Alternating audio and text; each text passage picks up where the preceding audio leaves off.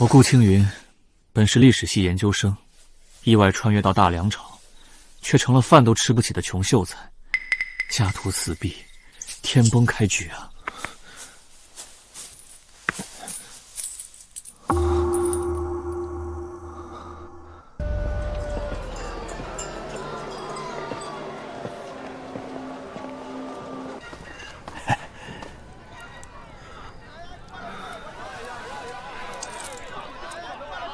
！2个，不，1个馒头。这么大个人了，就吃1个，抠搜的。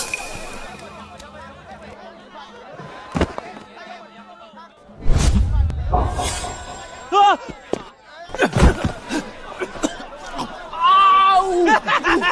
哎呦，穷秀才！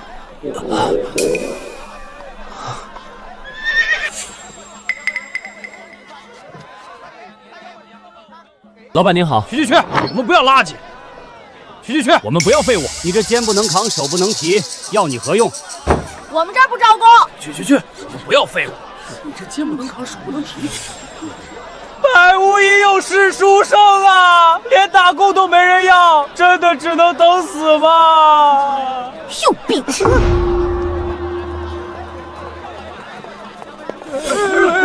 老爷，谢谢老爷。老爷行好，给点吧。谢谢老爷。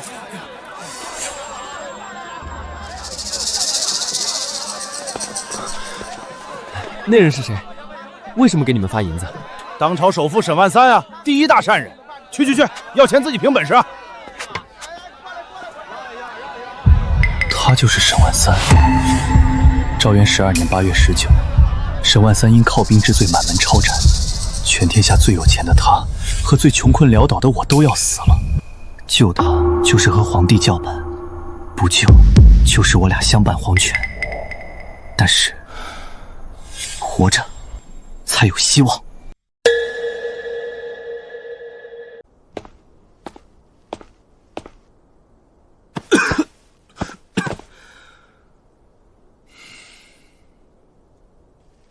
站住！这位秀才有何贵干？在下顾青云，有10万火急之事求见沈老先生。老爷身体抱恙，不见外客。我所言之事关乎沈家满门性命，沈公一生心血，耽误片刻，天人永隔，追悔莫及。危言耸听，污蔑当朝首富，什么罪名？你应该比我清楚。来人！靠军之罪就在明日，此言可够分量。靠军之事，他如何得知？老爷向陛下表忠心是好事，罪从何在？又是个穷疯了的骗子！来人，把这胡说八道的穷秀才给我赶走！不必，顾某言尽于此。沈公一世英名，却要落得如此下场，可悲可叹。派个人远远跟着，看他家住何处，是何来路。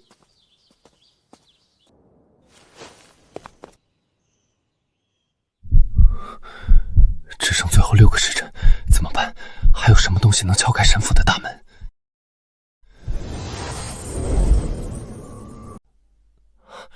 琉璃！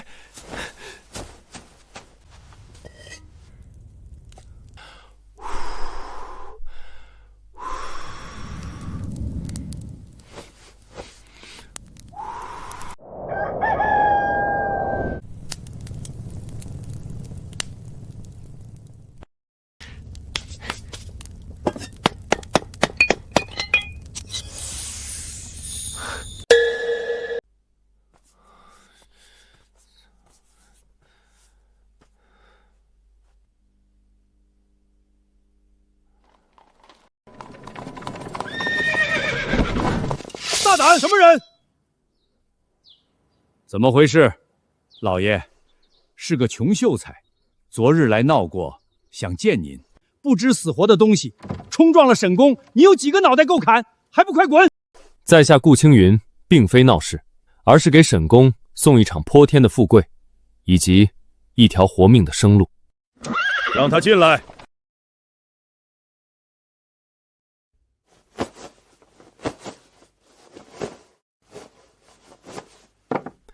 沈公，此物名为琉璃。哼，这算什么宝物？比最低等的琉璃瓦还要粗糙。咦，此物是你所知？此物虽好，却救不了沈公的命。大胆，竟敢在老爷面前胡说八道！哼，无知小儿，你可知咒我死的后果？要你的命就跟碾死蚂蚁一样。拖下去，杖毙！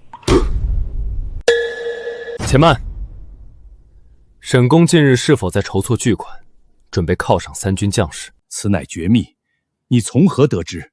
再说了，犒军乃为国分忧，为陛下分忧，何罪之有？沈公明鉴，匹夫无罪，怀璧其罪。当今陛下布衣起兵，尸山血海里杀出的开国之君，他最看重什么？兵权和民心。犒军本无罪，罪在数量和名义。在陛下心里，何尝不是沈公借机收买军心，甚至动摇江山，伺机谋反？我没有。沈公，前路虽绝，但困兽犹斗。在下不才，为沈公想了3策，或可劫此死局。先生请讲。下策，立刻终止犒军，将所有钱财进献国库，散尽家产，回乡安养，从此闭门不出，或可保全性命。但老夫一生心血付诸东流。中策，继续犒军，但需换个由头，以太子殿下的名义，你出钱，太子出面，如此便是太子仁德，与你无干。此举虽可保一时平安，但后患无穷。将来若有风吹草动，沈家依旧是最肥的羊。上策，可使沈公财富在10年内再增10倍。可再翻10倍，何以立身？何以永保昌盛？若蒙沈公不弃，青云愿以性命相托，用毕生所学助沈公脱困，从任人宰割的富商，变成陛下身边不可或缺的近臣，名垂青史，流芳百世。老爷，不好了！应天府的差役上门了！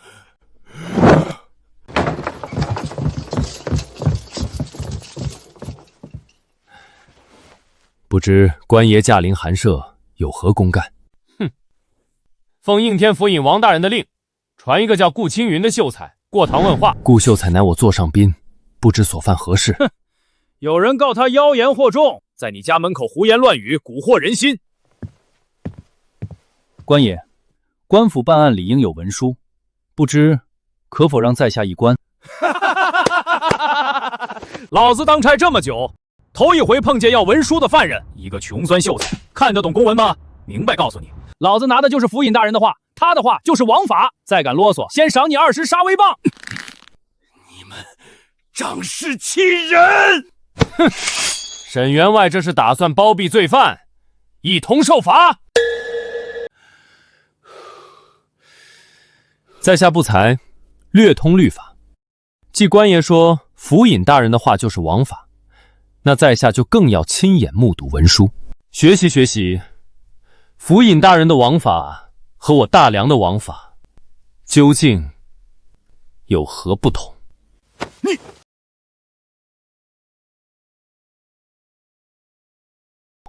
官爷，在下有几个问题讨教，请沈公做个见证。官爷请听好，大梁律刑律断狱篇规定，凡告状皆须注明原告姓名、事由、证据。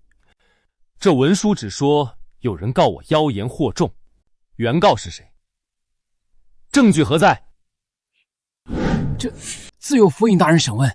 其二，诉讼篇规定，凡民间事宜，应先告于里长耆老，再告于州县。州县不受理，方可上告于府。在下一介白参，若真有罪，也应由江宁县衙先审。应天府越级传唤，与法不合。其三，也最为紧要。大良律，传唤用传票，拿人用拘票。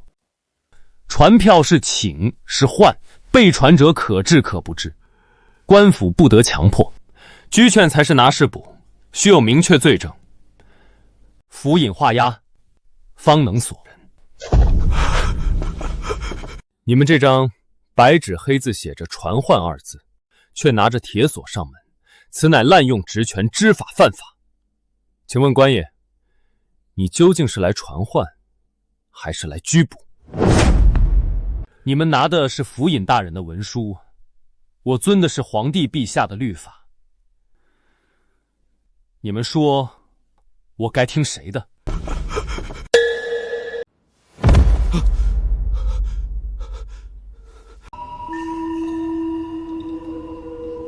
烦请转告府尹大人，要传唤或拿人，请按大良律行事，否则在下不介意去趟督察院，问问御史言官，这金陵城究竟是府尹大人说了算，还是我大良律法说了算？不敢，不敢！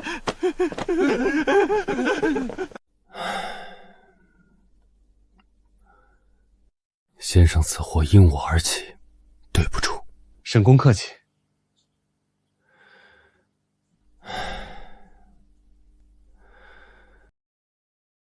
沈某有眼不识泰山，沈些错过先生这尊真神，还请先生救我，救沈家满门。沈公，快请起，你我已在一条船上，说救不救的太见外。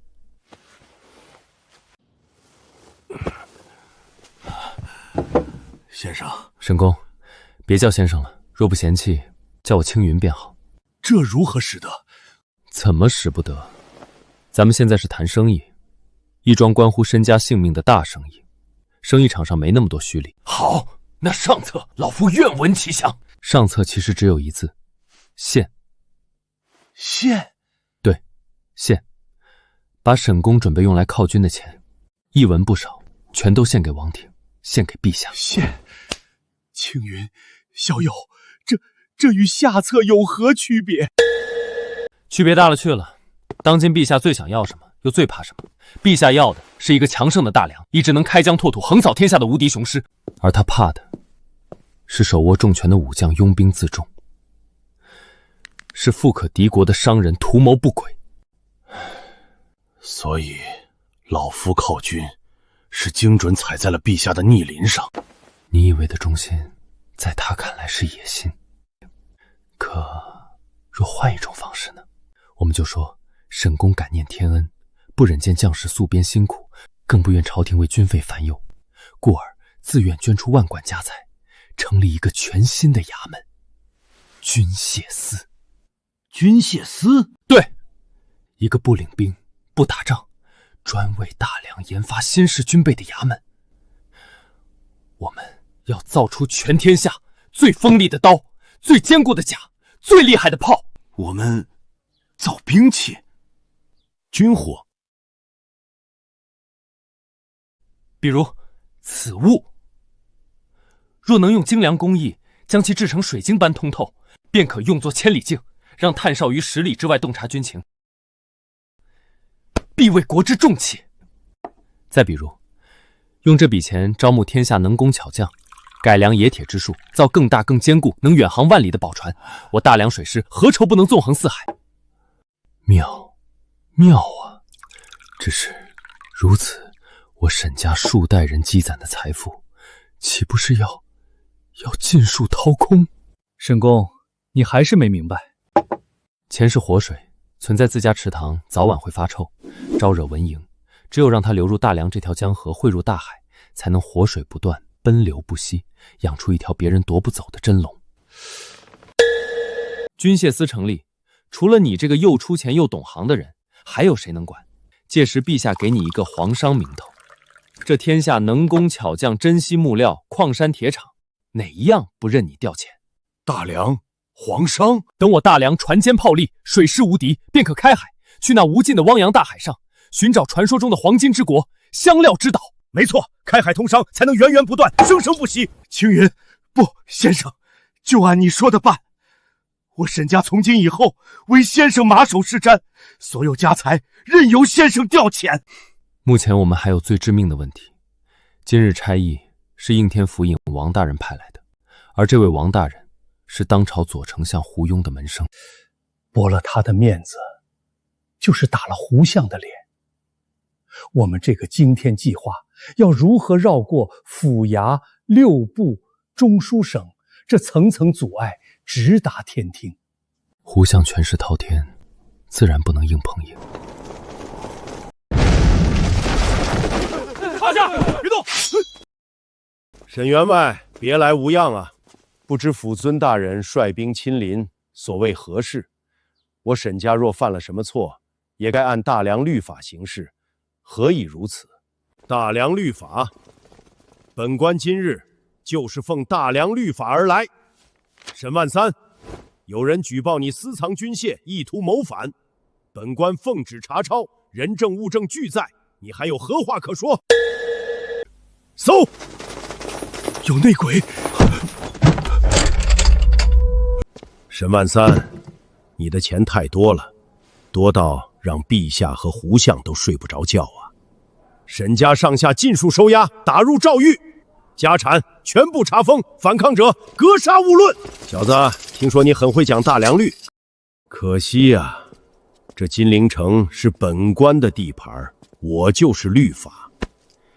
到了大牢，希望你的骨头也能像你的嘴一样硬。王大人，你有没有想过，这些东西是怎么进来的，又是怎么被人发现的？故弄玄虚，拖延时间，本官不吃这套，带走。你又怎么知道这出戏究竟是谁搭的台？谁才是那只待宰的羔羊？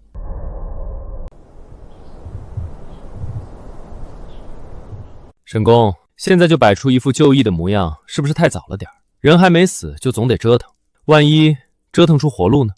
我进来时看到王勃了，他没被收监。王勃他又能如何？胡庸要我们死，就算大罗金仙下凡，也救不了我们。若我偏要逆天改命呢？太子萧承前或可一试，可我与东宫素无往来，我让王勃去办事了。我赌3样东西：第一，王勃对你的忠心，忠心嘛，天地可见。他没被收监，我赌对了。靠君之罪就在明日，此言可够分量。那边有官府探子，可瞧见了，此乃引蛇出洞之计，管家看完可自行判断。所以军械是你指示王勃安置府内，又告知王希烈的，这是替他谋的投名状。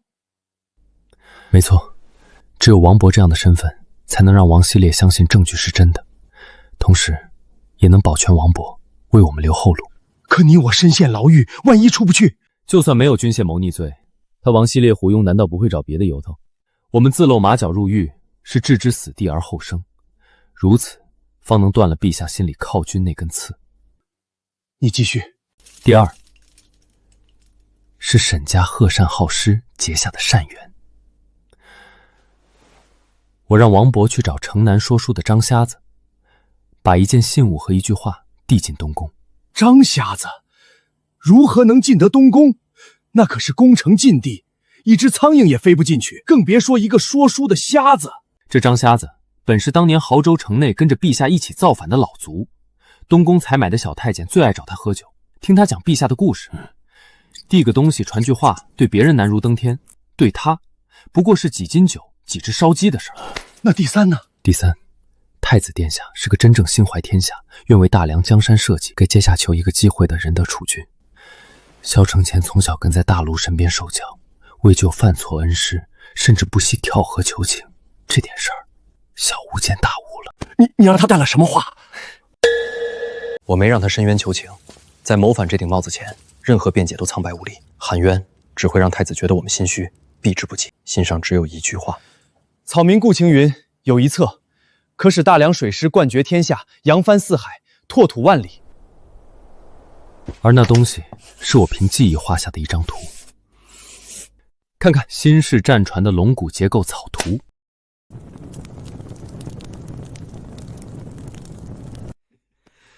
呸！这腌菜软了吧唧的，呸呸呸！怎么又是馊的？爱吃不吃，饿不死你，还以为是大梁首富呢。阶下囚只配吃馊的。小哥，有没有兴趣听个秘方？听说你妖言惑众，蛊惑人心，我才不信你鬼话。好兄弟，不是什么大事，我呀知道怎么让腌菜更脆。这肉末柴是柴了点儿，好歹是肉。沈公，吃饱了才有力气上路，不管是黄泉路还是青云路。来了，且看是青云路还是黄泉路。哪位是顾青云？在下顾青云，见过公公。传陛下口谕，传顾青云奉天殿觐见。怎么是天子？东宫呢？一个被扣谋反罪的阶下囚，不是去送死吗？草民顾青云，接旨。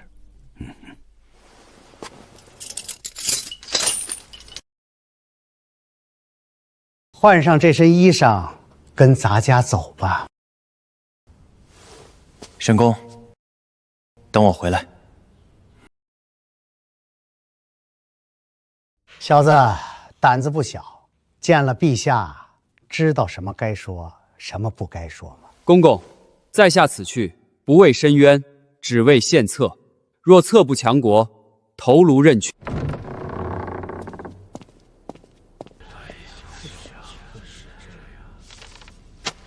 你就是要给朕献策的顾青云。草民顾青云，叩见陛下。抬起头来。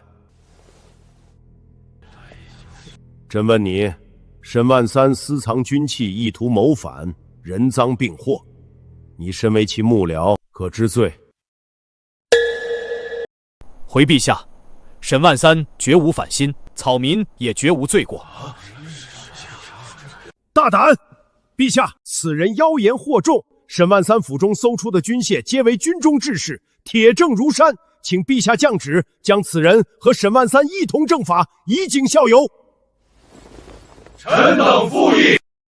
陛下，是非曲直，不在于言，而在实物。哦，你有何物为证？此物一出，沈万三是否有反心，草民是否有罪过，陛下自有胜断。更紧要的是，此物可为我大梁开辟万里海疆。呈上来。谢陛下。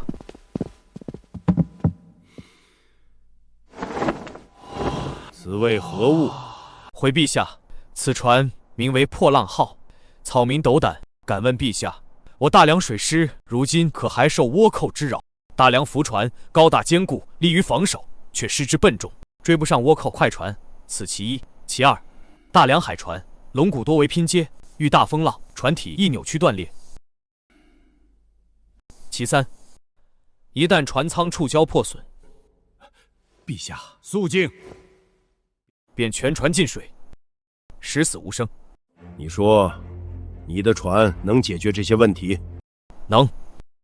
陛下请看，此为一体式龙骨，通体贯穿，船身强度可抗12级风浪。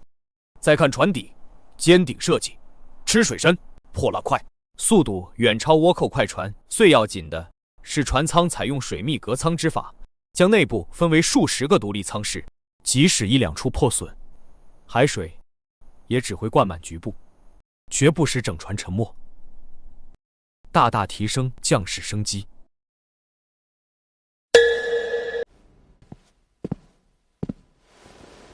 此物当真是沈万三出资，由你设计？回陛下，正是。沈公曾言，他一生财富皆取之于民，自当用之于国。他愿倾尽家财，为陛下打造一支无敌水师，扫平倭寇，扬我大梁国威。而草民不过是恰好懂些格物之学，将沈公的忠心化为实物罢了。一个愿倾家荡产为国造船的人，将所有心血花在这国之重器上。他会私藏几箱破兵甲去谋反吗？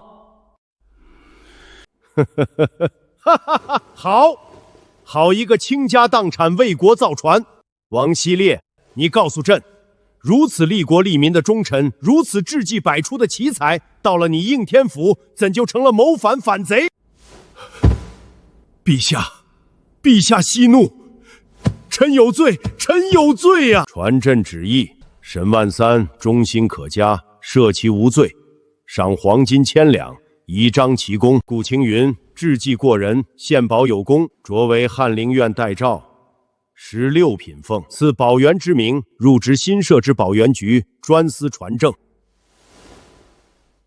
臣谢陛下隆恩。保元局就由沈万三总领，负责督造新式战船，户部、兵部、工部全力配合，所需钱粮工匠一律优先调拨。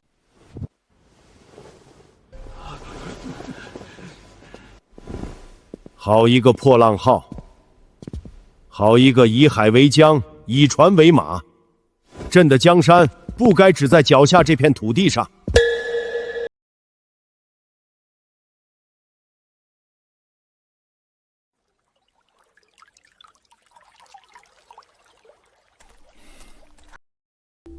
先生恕罪，我不是故意的。无妨，你下去吧，没人看见，不会苛责你的。他竟没生气，也没看我，性格人品倒还端方。青云，沈公何事？这是兵部尚书的贺礼，上好的关外人参。这是户部侍郎的，说是保元局初建，特意送来2000两银子，以作办公之用。还有礼单越厚，人情越薄，办公银子收了，人参退回去啊！告诉他们心意领了，但保元局乃是为国办事，不敢受此重礼。这为何？人家一番好意，咱们拒之门外，岂不得罪人？沈公，朝堂不比商场，利益之争你来我往，权力之争你死我活。今日送礼之人，明日或是背后捅刀之人。牌子挂了，场子也热了，现在该办正事了。船部选址，工匠招募，物料采买，是我们安身立命之根本，必须立刻着手。放心，都安排好了。明日一早，我亲自去工部申请材料，有陛下圣旨，他们不敢不给。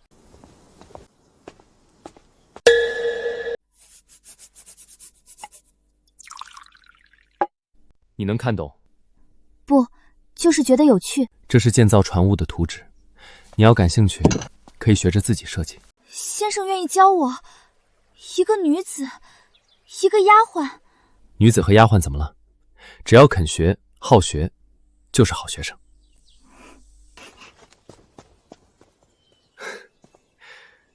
这理念果然还是太超前了吗？碰壁了？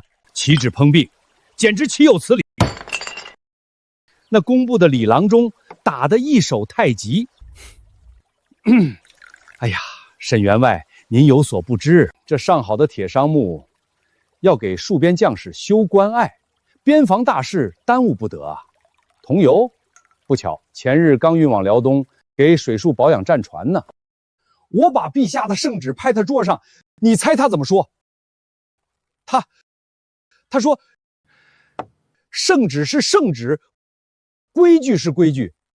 下官也想为保元局尽心，可这库里空空如也，没法给您凭空变出来，不是？都是些官场老油条，沈公不值一气。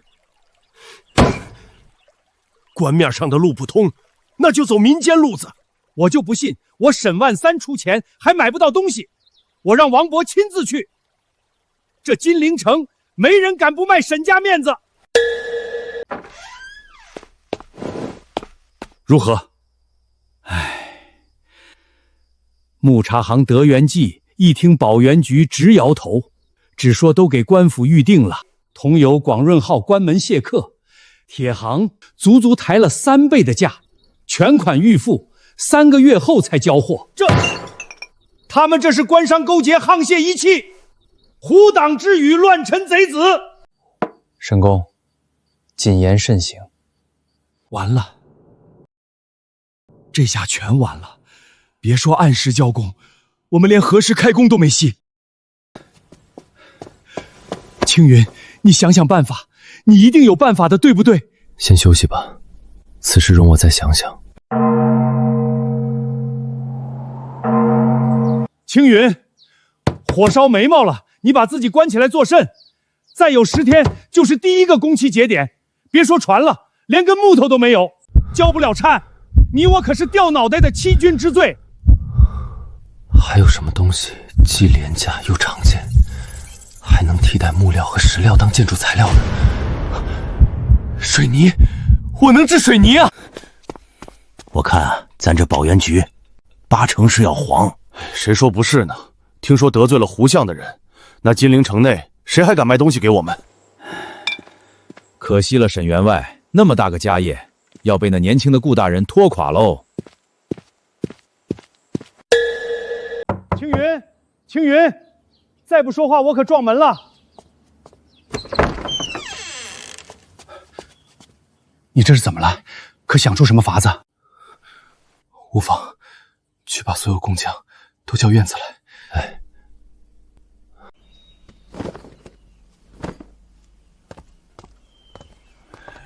请诸位来，是想让大家见证一样东西。从今日起，我们保元局就用这东西来建造船坞。顾大人，恕老祖直言，我祖上3代都是给皇家修宫墙的，自小跟家父学艺，玩了一辈子石头泥巴，什么样的胶泥石灰，老朽一清二楚。可您这东西既无粘性，又无土性，松散如沙，如何能承重？用此物造船坞，莫说是停泊战船，怕是风一吹就塌了。此非儿戏，乃是拿我大梁国本开玩笑，更是拿我们工匠的性命开玩笑。对，鲁师傅说的对，鲁师傅说的对，外行指挥内行，迟早要出事。对，什么保元局，我看就是胡搞局，这么下去还不如解散。对，鲁师傅说的在理，光说不练假把式，我也不争辩，不如咱们就地一试。若不成，我顾青云当着大家的面把这袋神仙土吃了。若是成了，还望鲁师傅和各位能信我一次。哼，好，那老朽今日就开开眼。停，水够了，就这样慢慢搅。这泥也太稀了吧，和粥一样，怎么砌墙？就是连点粘劲儿都没有，砖头放上去不得滑下来啊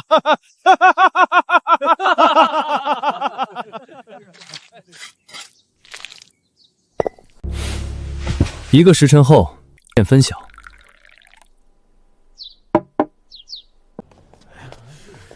鲁师傅，请吧。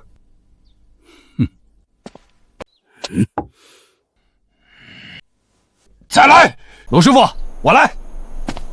我的娘哎，这是墙吗？这比他娘的铁板还硬。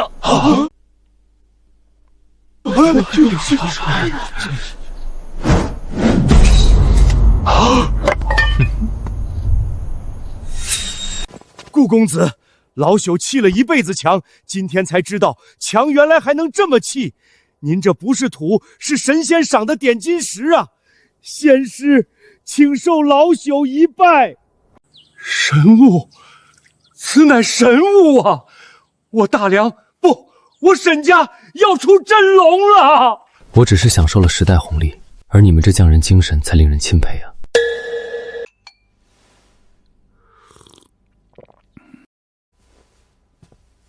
大人，保元局用那神仙土，1日之内就完成了地基浇筑，照这势头，不出半月就能造出石头船坞了。据说那东西比青石还硬。妖术惑众，哗众取宠，去查。本官倒要看看，他能玩出什么花样。大人，这就是那神仙土制成的东西。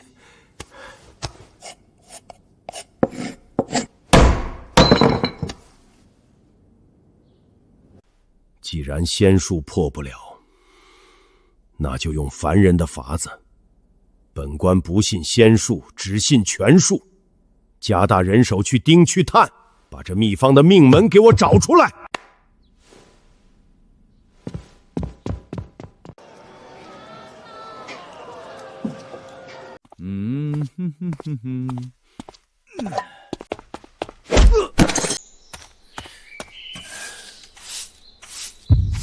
先生，这是我跟您学着画的设计图，请先生指教。难得你有如此天赋，画得很好，只是比例不对。我给你一本建造手记，你可自行研究，有任何不懂的，随时来找我。好，多谢先生，这是谢礼。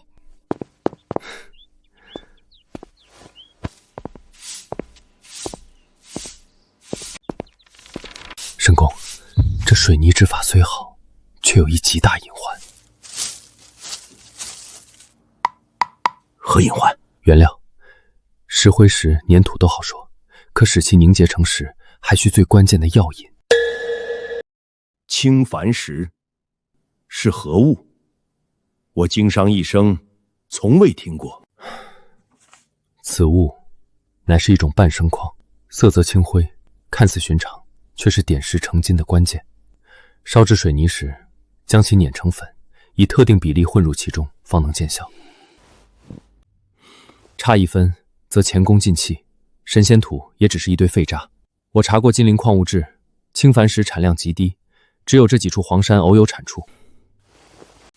如今库存所剩无几，若不及时补充，不出10日，保原局就得停工。那可如何是好？我这就派人把那山里的青矾石都买了。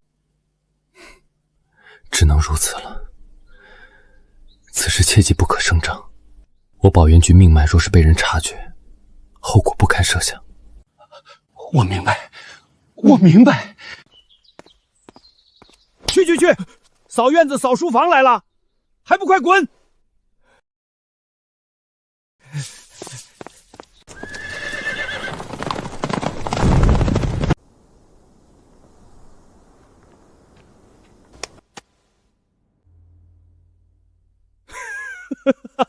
青矾石命脉，好一个命脉！顾青云啊，顾青云，你千算万算，终究还是自己漏了命门。大人，那几座荒山中最大的一座，恰处在张主事家的田庄地界内。传令给张主事，立刻封山，所有青矾石1两都不许卖给保原局，就说官府要用。啊？哼，那他们若是来问，问，让他们来求。本官倒要看看他沈万参的银子能不能买得动我手里的石头。去，派人告诉胡相，就说鱼已经入网了。青云，那青矾石当真？沈公，这世上根本没有什么青矾石啊！所谓的青矾石，就是路边最寻常的石头。我不过是给他换了个名字，再编了个故事罢了。可他们若是拿着石头去试，不会。因为他们太过相信自己得到的情报，也太高估自己的手段。在他们眼里，这是我的死穴，他们只会想着如何用死穴拿捏我，而不是去验证死穴是真是假。贪婪会让人变得愚蠢，而愚蠢的敌人最好对付。老爷，先生，成了。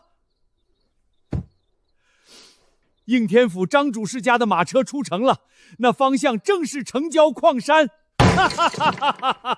沈公，对付恶狼最好的办法，不是用棍子把他打跑，而是在一块肥肉里下好毒，等他自己扑上来。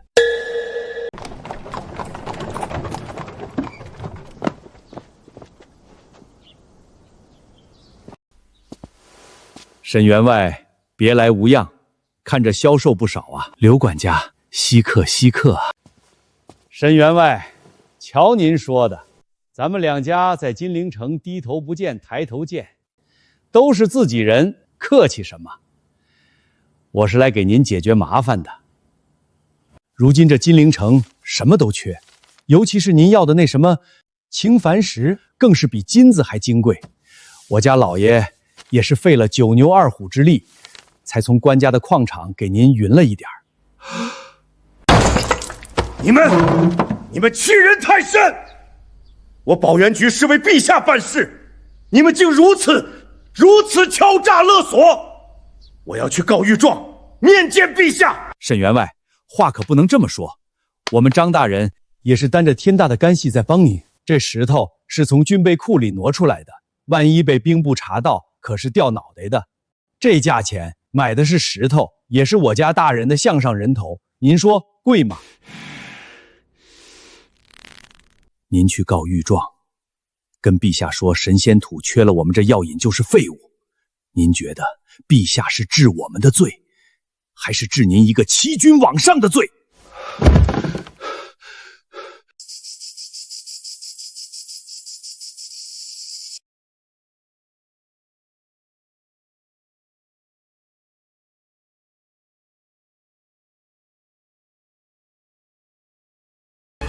成交，10倍就10倍。老爷，您这又是何苦？演戏啊！青云这小子简直不是人，他怎么就算到那帮孙子会说出这种话，做出这种事儿来的？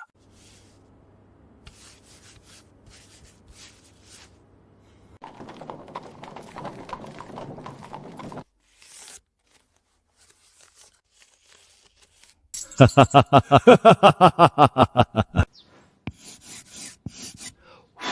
布袋诏白衣入殿，献宝船智退奸臣。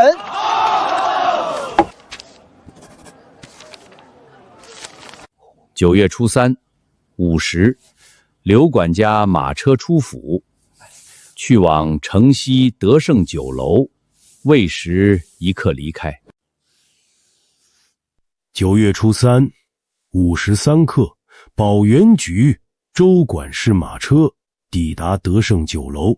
9月初5申时，张主事车队出城，板车12辆，目的地城郊西山采石场。张主事初6辰时，保元局账房支取白银1万两，与西山采石场交接。青云，我们不用知道他们说了什么吗？我们不用知道狼在密谋时说了什么，我们只需要知道狼在什么时间、什么地点吃了多少只羊，这就够了。嘿呦嘿呦嘿呦嘿呦嘿呦！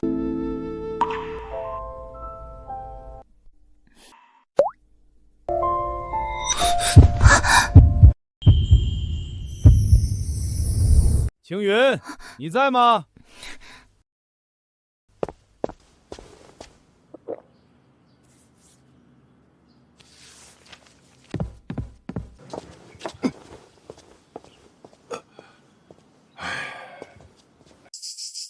沈公，可是工地上出了什么事儿？青云，老夫有一事相求，此事关乎我沈家100年基业香火传承，你若不应，老夫今日便长跪不起。沈公请讲。老夫想将小女灵月许配于你。青云，你莫要误会，老夫此举并非拿儿女亲事捆绑你，老夫是在为我沈家求一条真正的生路。我沈家看似富甲天下，可实则是皇家圈养的一头肥羊罢了。以前老夫不懂，用银子铺路买心安，遇到你才明白，钱是这世上最靠不住的东西，你才是这世上最值钱的宝贝。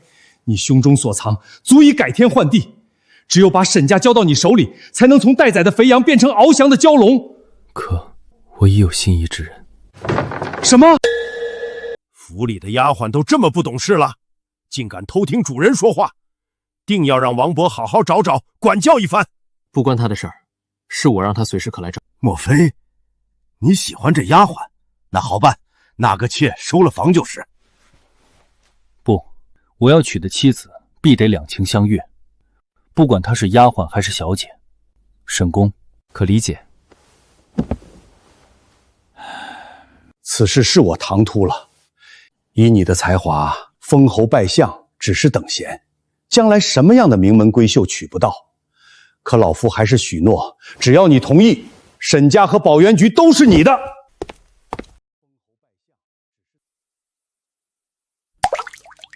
受欺负了，给我说说。你为什么不想娶我家小姐？她哪里比不上你心上人？你家小姐我虽没见过，却也听闻是金陵第一才女，样貌出众。那你为何不肯？她比我家小姐还好看。是，她在我心里是最好看的。你做什么？放开我！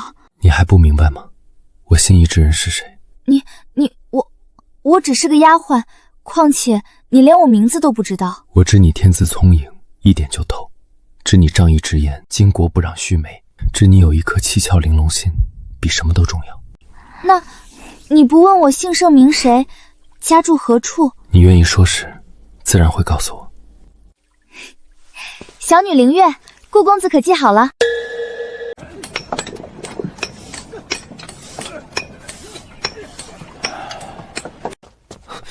青云，出什么事了？这么着急？莫不是那王大人？我要见灵月，烦请沈公成全。好，好啊！你想通了，老夫这就安排。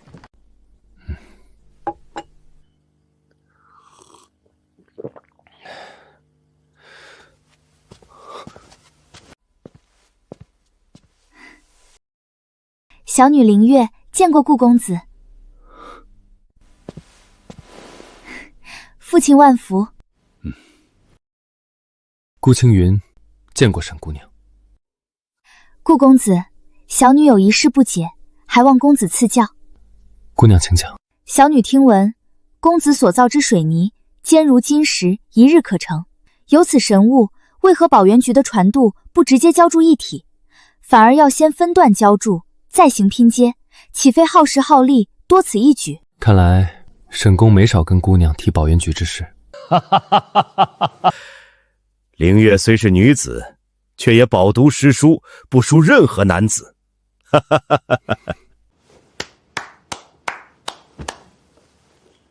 是，姑娘有所不知，一体浇筑看似省时，实则隐患无穷。船坞巨大，地基受力不均，一旦某处发生沉降，便会整体开裂，毁于一旦。所以分段浇筑是为了受力均匀，分摊压力，再用榫卯之法拼接，每一段之间留有伸缩缝，即使有变也无伤整体。看似笨拙，却是以柔克刚，能保船坞百年无虞。妙啊！老夫一直没明白，经青云提点，豁然开朗。家父常说，先生有惊天伟地之才，可定国安邦。可灵月觉得，先生心中所装的，是比这天下更大的星辰大海。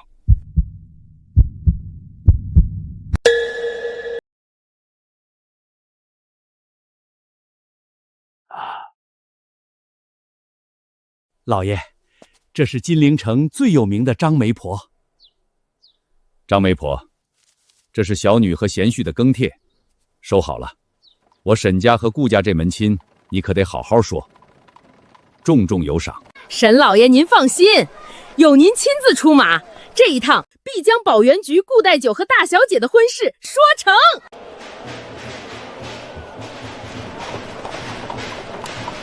听说了吗？顾代娇要娶首富之女了，能让沈万三亲自去下聘，看来这女婿不简单啊。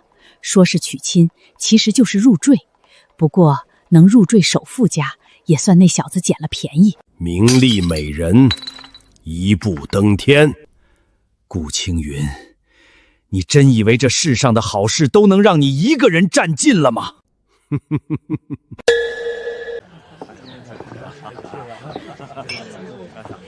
吉时到！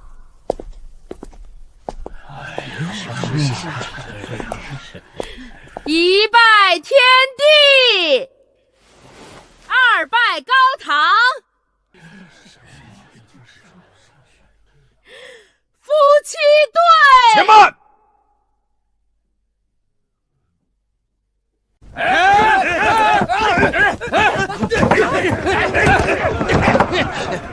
姓顾的，你这个骗财骗色的白眼狼，你还有脸在这里成亲啊？哎呦，这反了天了！来人，把这群泼迷无赖打出去！大人，谁家仗势欺人，杀人灭口了！我们就是来讨个公道，你们就要我们的命啊！哎呦，这怎么回事啊？那顾青云当真有这种事儿？沈员外这人可真是丢到家了，招了这么个女婿。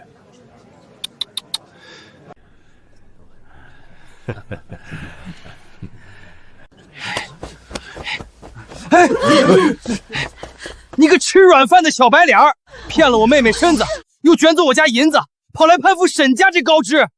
今天你要不给我个说法，我就一头撞死在沈家大门上！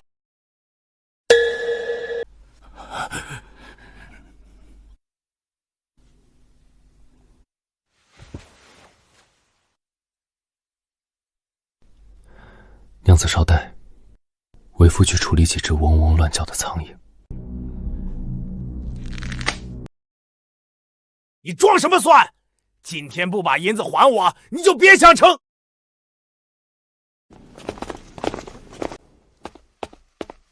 公子，保元局护卫队奉命前来，请公子示下。哼，护卫队等的就是你。诸位，今日是我顾某大喜之日，本不愿见血。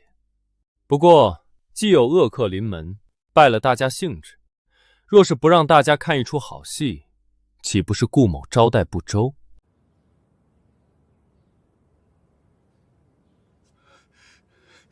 你们想干什么？光天化日，朗朗乾坤，我们是苦主，是来讨公道的，你们还想杀人灭口不成？清出去！遵命，动手！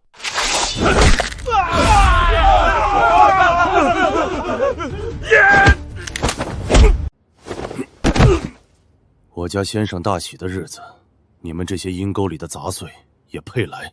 下辈子投个好胎吧！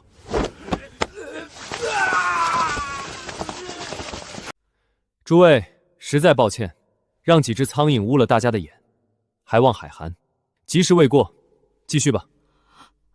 哦，是，夫妻对拜。王大人，今日多谢您大驾光临，顾某敬您一杯。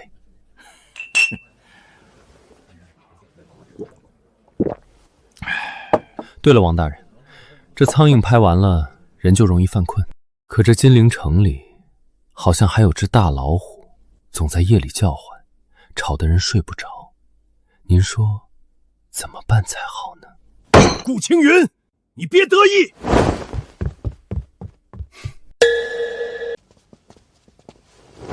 陛下，臣有本要奏。准。臣要弹劾翰林院待诏顾青云。此人虽有献宝之功，却恃宠而骄，目无法纪。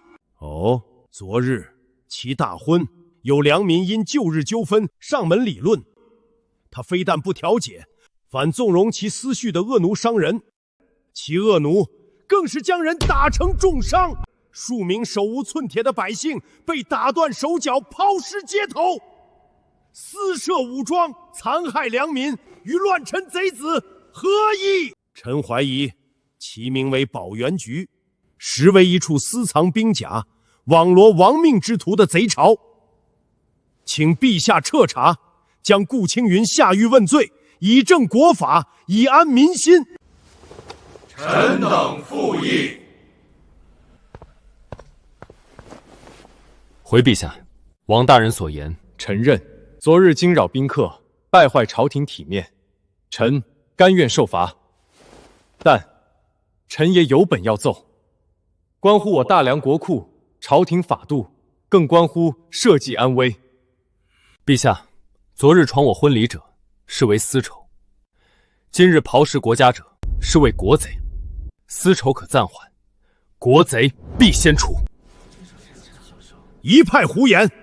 你分明是混淆视听。是不是混淆视听，陛下自有圣断，请陛下允许臣献上一份贺礼。此礼一出，谁是忠良，谁是国贼，陛下一目了然。呈上来。陛下，此乃保元局成立以来关于青矾石的全部采买账目。昭元12年9月初3，保元局采买州管事于城西德胜酒楼与工部余衡司主事张德旺之管家刘三商议采买青矾石一事。9月初5，申时，张主事名下车队自西山采石场运送青矾石12车，以市价10倍，收取白银1万两。你血口喷人！本官从未听过什么青矾石，这是污蔑，是构陷！陛下，请看，这是金陵城交鱼图，红线标注的，是张主事车队的运送路线。这些黑点是银货交易地点。此外，刘管家以及车队10名车夫都已招供画押，人证物证俱在。陛下，臣有罪。工部郎中李元扣押保元局铁料，再通过其7地之商行，以3倍价格倒卖给保元局，获利3万两。户部赵谦拖欠薪俸，私放印钱。陛下，这些蛀虫敢如此明目张胆侵吞国库，皆因他们背后有一只更大的手在为他们撑腰，替他们分赃，而赃款70%以上都通过各种钱庄、当铺汇入了一个地方——应天府尹王希烈大人的府邸。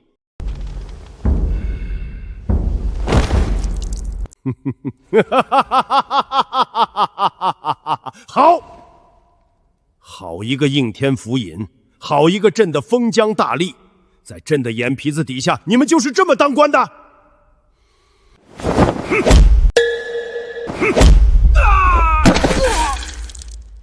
朕让你们治理地方，你们就给朕治理出一窝一窝的硕鼠；朕让你们体恤百姓，你们就趴在百姓身上喝血吃肉。来人！将王希烈还有方才被点到名字的有一个算一个，全部给朕拿下，打入诏狱，用尽手段撬开他们的嘴。朕要知道他们背后还有谁。遵旨。陛下饶命！陛下饶命！臣冤枉！臣是被人陷害的。顾青云，你不得好死！不得好死！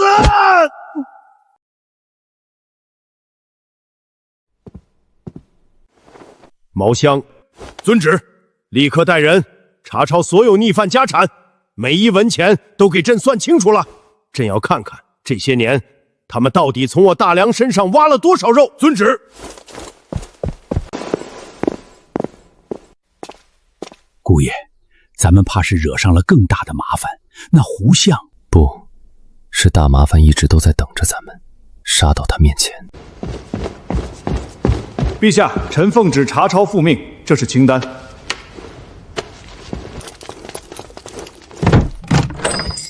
一个应天府尹就贪这么多，他们不是在当官，是在挖我大梁的根，喝我百姓的血。陛下息怒啊！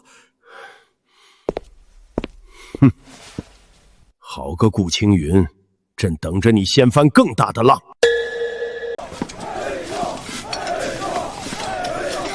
黑甲卫查抄王希烈及党友，户部去清点对账，眼珠子都红了。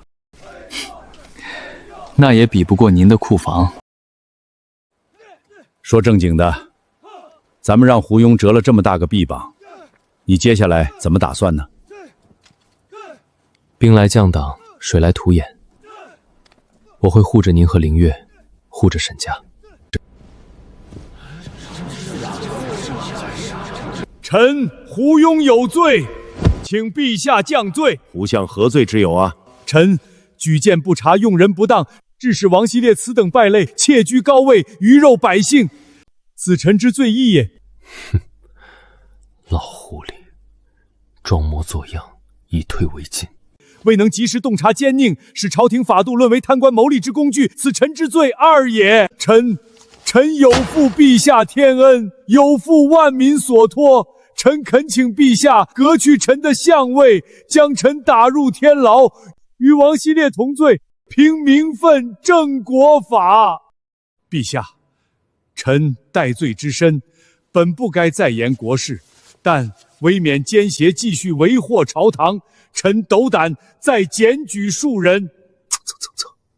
影帝都没你的哭戏精彩。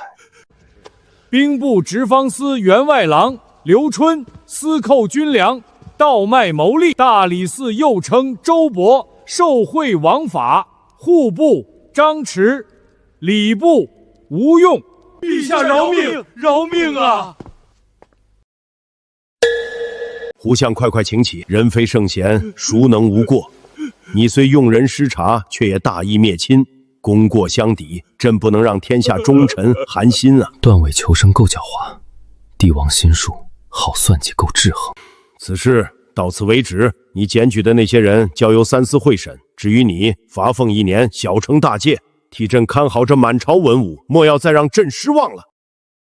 臣谢陛下天恩。看来想彻底解决胡庸这狡猾的狐狸，还得再费些心力。顾卿之才，实乃国之栋梁。父皇说了，此番若非顾卿，朝中不知还有多少硕鼠蚕食国库，此乃首功。奉天承运，皇帝诏曰：翰林院待诏顾青云智勇双全，为国除奸，居功至伟，特赐黄金1000两，锦缎100匹，着为保元局行走，统领一应事宜。保元局乃国之重器，利国利民，特赐名皇商，总揽天下海贸事宜，准自建船队，募兵不超500，凡保元局出品皆为贡品，免一切赋税。钦此。臣顾青云谢主隆恩。顾卿，青云直上，前途无量。沈员外，好好待他，你沈家自有无上的荣宠。父皇曾言，沈万三嘛，做生意是把好手，做人嘛，差点城府。多谢太子殿下提点，沈万三谨遵教诲，为保元局和我大梁殚精竭虑，死而后已。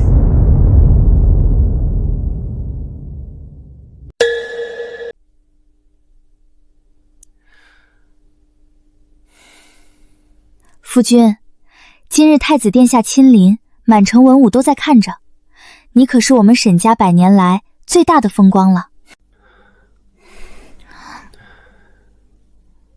什么沈家顾家，以后都只有我们一个家。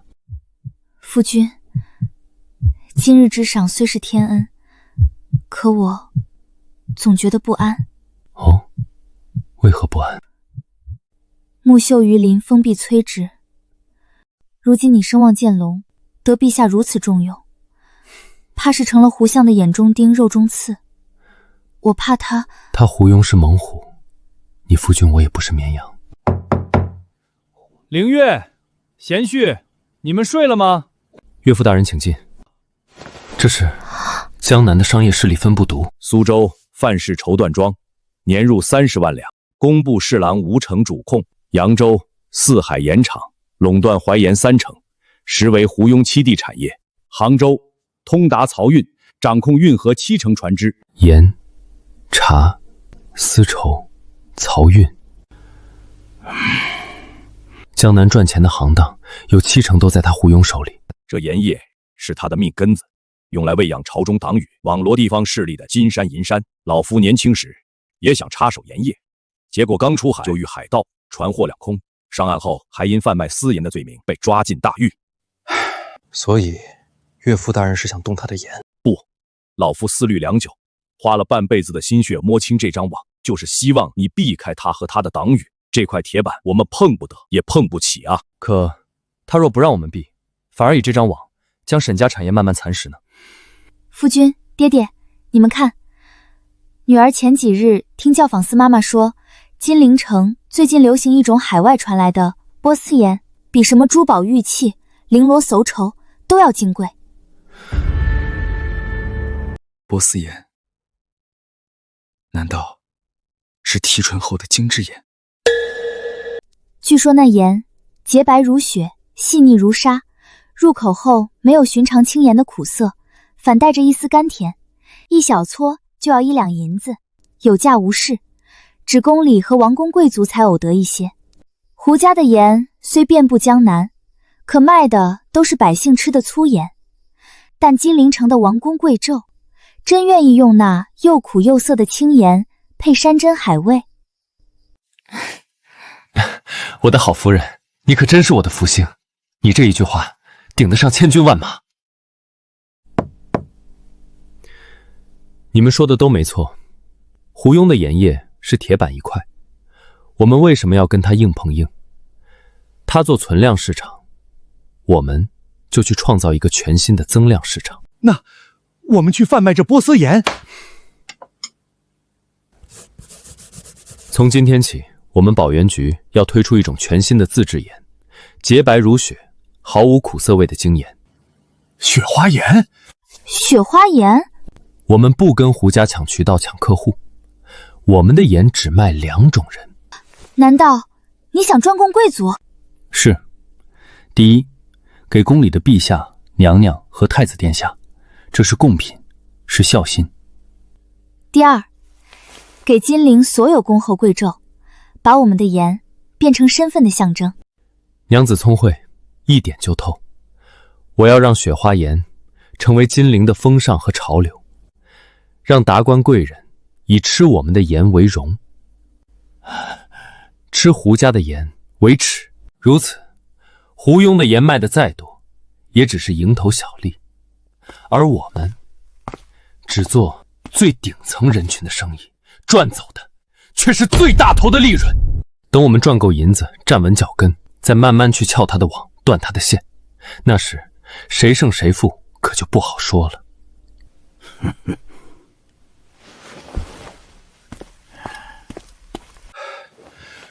贤婿，此计虽妙，可有一最大难处。盐乃朝廷官营，贩卖私盐等同谋反，我们没有盐引呀！开，给我开！1、2、3， 6点小。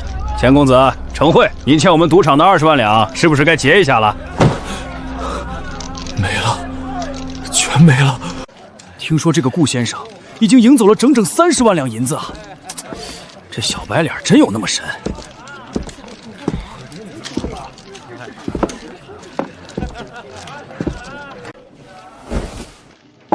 钱公子，节哀。顾先生，顾先生救我！您是赌神，求您借我点钱，就10万两，不5万两，我一定能翻本的，一定！你我素不相识，这不合规矩吧？再说了，我从不借钱给赌徒。先生，只要你肯帮我，让我做什么都行，当牛做马，给您做狗都行。罢了罢了，也是个可怜人。钱我不借，不过我可以陪你再赌一把。怎么赌？我听说钱公子家藏着一张有些年头的旧纸，我对金银不感兴趣，就喜欢收藏稀奇古怪的老物件。这样吧，我出20万两，就赌你家里那张旧纸。你赢了，拿走银子；若输了，那旧纸便归我，如何？先生说的是哪一张？好像是跟你家盐铺生意有关的一张许可文书吧。我听说那印章挺别致，想拿来把玩把玩。盐引，好，就这么定了。东西我拿来了，我们赌什么？老板，借你的骰盅一用，咱们不搞花里胡哨的，就一把，比大小，如何？好。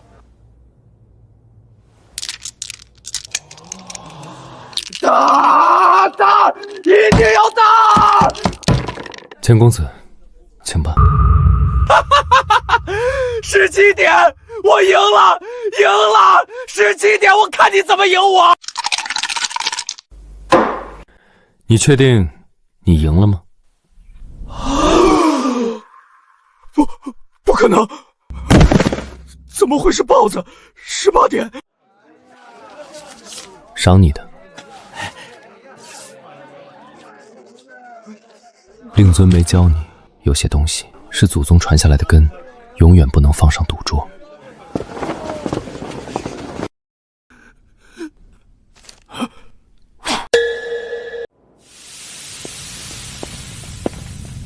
注意盐和水的比例。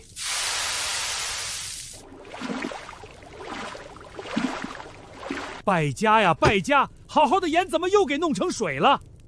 老夫知道你主意多，可这是不是有点太儿戏了？用黑乎乎的炭、脏兮兮的沙去过盐水，这还能吃吗？闻所未闻，简直是胡闹！盐乃百味之首，最忌污秽，哪有这么糟蹋的？岳父大人稍安勿躁，照我说的做，把盐水倒进去，慢一点。这是怎么回事？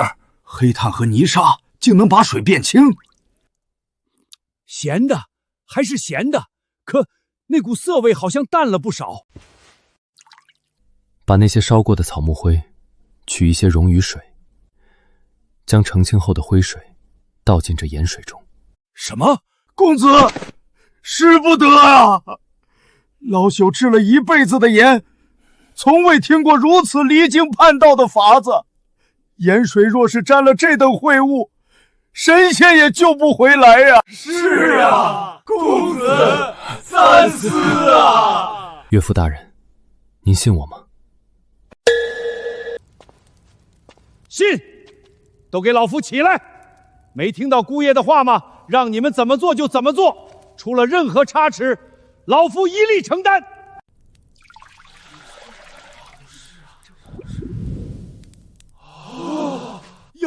妖术，贤婿，这是何道理？以毒攻毒罢了，也叫化学反应。什么是化学反应？盐水中的苦涩之味，源于一些看不见的杂质，而草木灰水刚好能把这杂质化作能看见的陈旧物，如此彻底分离。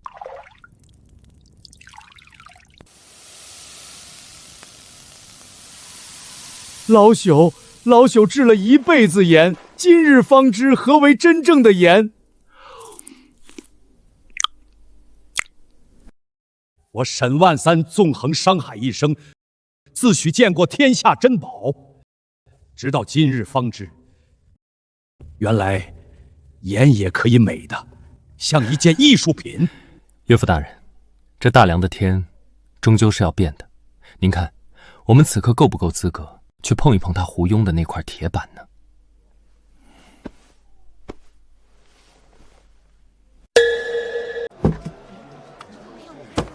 皇家贡品，他沈万三疯了不成？私自冠上皇家二字，嫌命长了。前几日招了个新女婿，把脑子给招糊涂了。盐就是盐，还能玩出花来。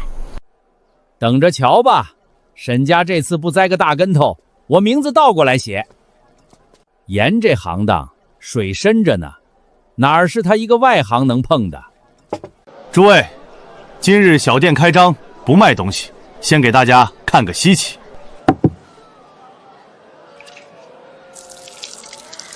盐水不就是这个样子吗？有什么稀奇的？天爷呀，盐还能这么干净？此乃宝源局最新研制的雪花盐，已得陛下首肯，列为贡品。今日开张，为让金陵百姓都能尝个鲜，特准许对外发售，价格只比上等青盐贵3成。这品相只贵3成，贵3倍也卖得出啊！不过此盐工艺繁复，产量有限，今日沈家3间盐铺限量供应300斤，每户凭户籍，限购1斤，售完即止。大家别上当，这盐白的跟石灰粉一样，肯定是毒物，吃了会死人的。就是，没错。沈家这是想钱想疯了，拿咱们的命来开玩笑！让一让！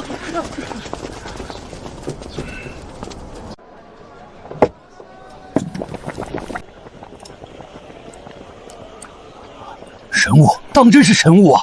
此盐入菜，非但没有苦涩，反而能激发食材本身的鲜味。有了此盐，我醉仙楼的菜品可再上一个台阶。我德月楼从今日起只用雪花盐，有多少我们收多少。天香阁也是。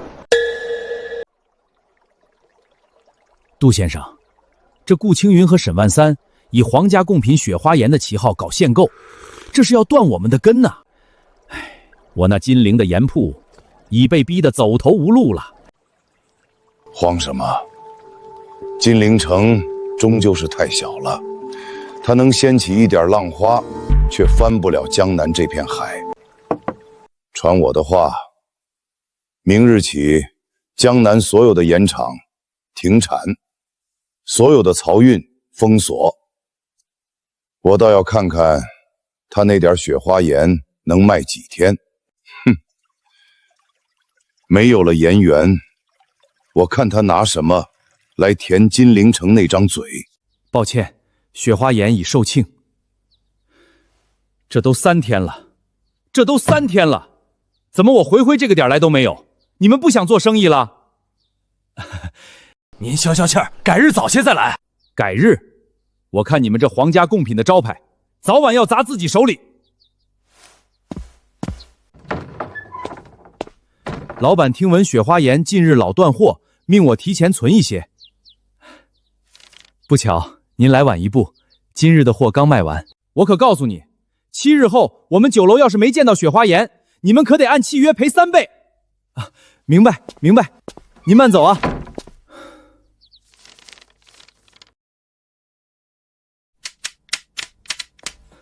老爷、姑爷，咱们又断货了，好多客人生气，我怕他们以后都不来了。还有天香楼7日后要求送货上门。别急，等货源到了，产量就能跟上了。王伯呢？怎么还没回来？老爷，我们派去江南采买的人一个都没回来。湖广的呢？人倒是回了，可个个被打得鼻青脸肿，一点货没有。宫里，陛下的贡品若是断了，我们的头也保不住了。杜先生，您这招釜底抽薪，实在是高。那顾青云就算有3头6臂，能点石成金，难不成还能凭空变出盐来？没有咱们手里的原盐，他那雪花盐就是个屁。事情办得如何了？先生放心，江南72家盐场都打过招呼了，谁敢卖1粒盐给沈家，就是跟整个江南盐帮过不去，必断他盐路，在江南再无立足之地。干得不错，沈家的人都处理干净了。是，断手断脚，送回金陵了。他顾青云是龙，搅得动金陵那片小池塘，可惜啊，龙离了水，也得给我在岸上盘着。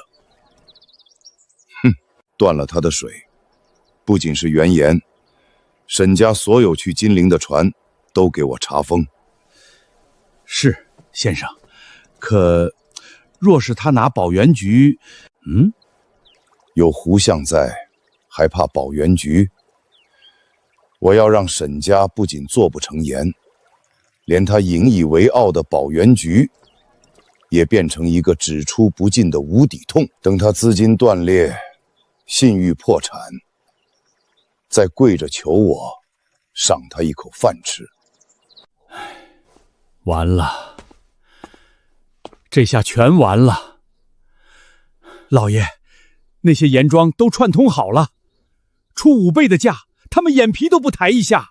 那扬州的范老板还放话，沈家的人要是再敢去，就不是打断腿了，见一次沉一次江。欺人太甚，真是欺人太甚！爹爹，您消消气。消气？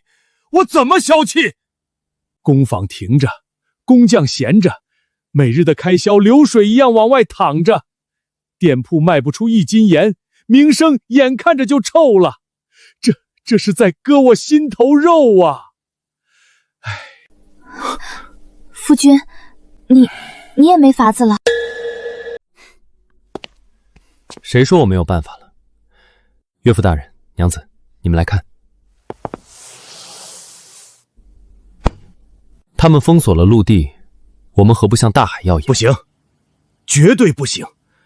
海盐，老夫不是没试过，得在海边圈出大片盐田，靠着日头一点点晒，耗时耗力，10天半月都未必出盐，叫贪图日晒法。老爷说的没错，且不说效率低，置办盐田成本也高。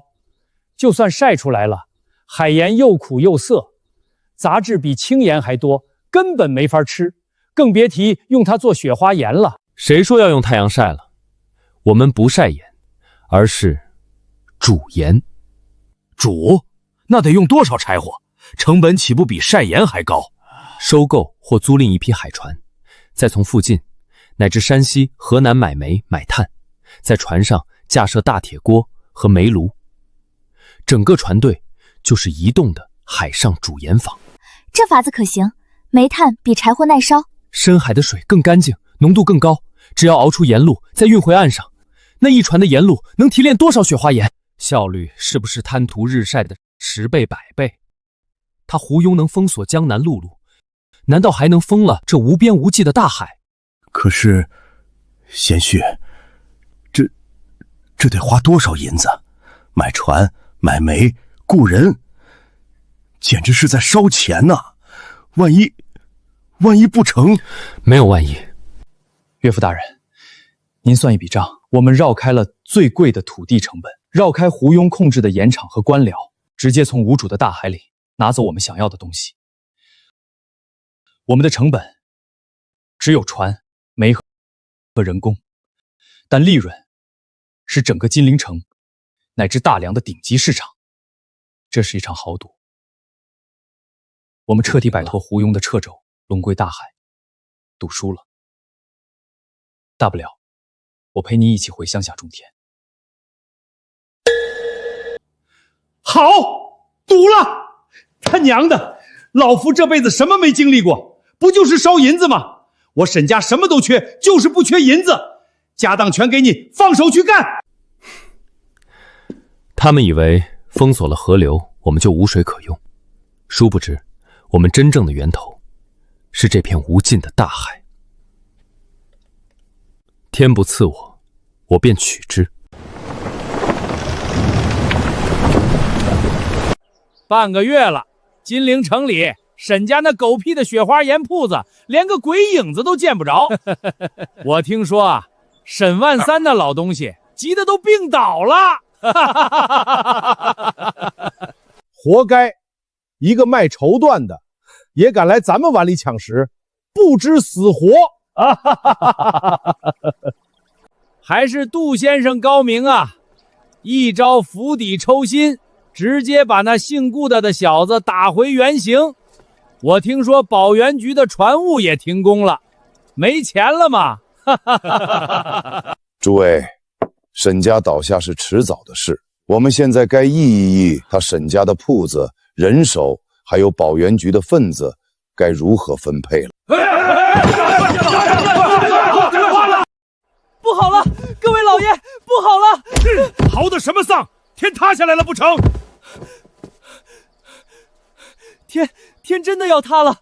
金陵800里急报。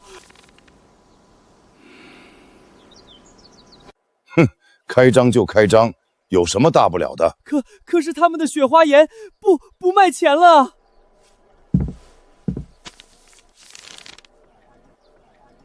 什么叫不卖钱了？他们的雪花盐只卖30文一斤了，是我们卖最劣等轻盐的价格。不可能，绝对不可能！他哪来的盐？就是把沈万三那老东西拿去熬，也熬不出这么多盐来。这是虚张声势。报！沈家3家店铺1个时辰内存盐告清。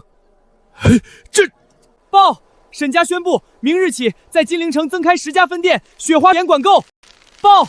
保原局船队归港，数10艘大船满载而归，港口沿线回禀，船上拉的全是高浓度盐卤。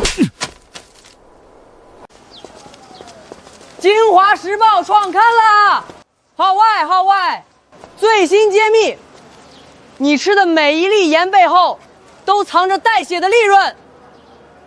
1斤上好的青盐，真实成本不超20文，盐商售价却为3倍、4倍，甚至5倍。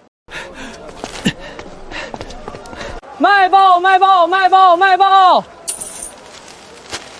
江南盐商联盟通过垄断经营、操纵盐价，在过去数十年，从我们每一个人口袋里掏走了数倍于成本的血汗钱。天爷，这些天杀的盐商，1斤盐竟然赚我们这么多钱！唉，怪不得我们家一年到头累死累活，连买盐都要省着吃。原来银子全进了黑心烂废的狗东西手里了。抵制他们！抵制！不买他们的盐，不做帮凶！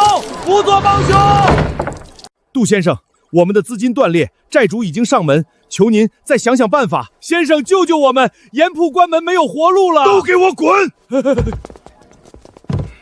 沈万三、顾青云，胡相迟早会要你们付出100倍、1000倍的代价。贤婿，神了，真是神了！我们这哪是在卖盐，简直是在印银票啊！夫君，我们赢了。这只是开始。商业的最高境界，不是赚取最多的利润，而是制定规则，赢得人心。得人心者，方能得天下。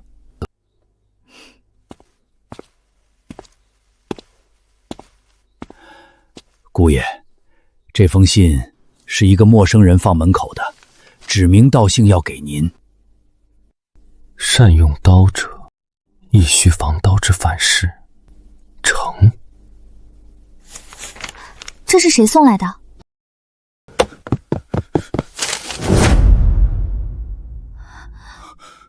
爹爹，您怎么了？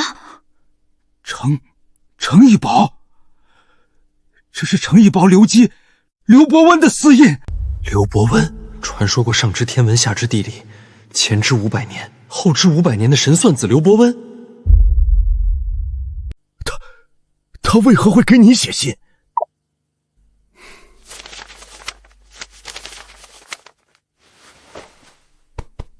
岳父大人，烦请备车，备一份厚礼，我要去一趟青田。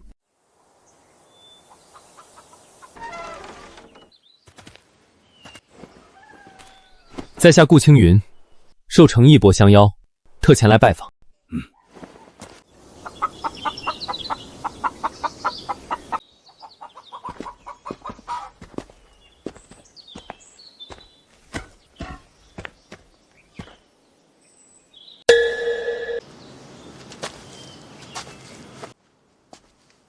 晚生顾青云，拜见程义伯。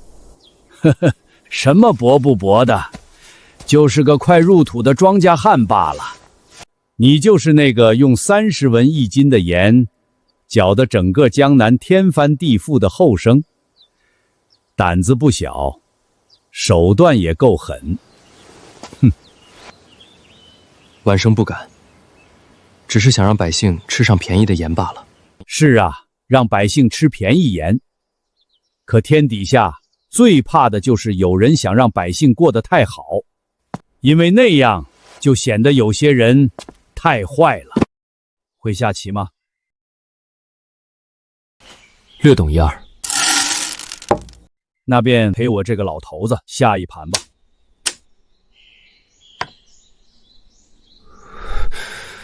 你的刀很快，报纸是刀，雪花盐也是刀。你用这2把刀，把江南那些盐商砍得七零八落，很痛快。但你可知，胡庸是一棵树，根深叶茂，早已和大梁长在一起。你如今砍掉的，不过是一些枝叶，风一吹，雨一淋，明年开春又会重新长出来，甚至比原来更茂盛。晚生知道，其根在朝堂，可他如今势大，党羽遍布，想要撼动，难如登天。难就对喽。世人皆知，砍树要砍主干，可活了太久的树，是靠深藏地底的一块命石而活，那才是它真的命脉所在。你找不到它，就算砍掉树干，它也能靠着那块石头重新生根发芽。可你若是找到了，把它从土里刨出来，敲碎，树不伐自倒。命石？胡庸的命石是什么？你看这里，此为气眼，看似无用，实则关乎全局生死。有它则活，无它则死。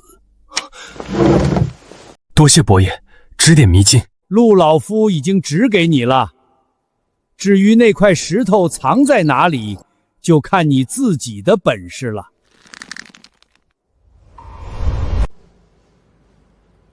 众卿若无事可奏，陛下，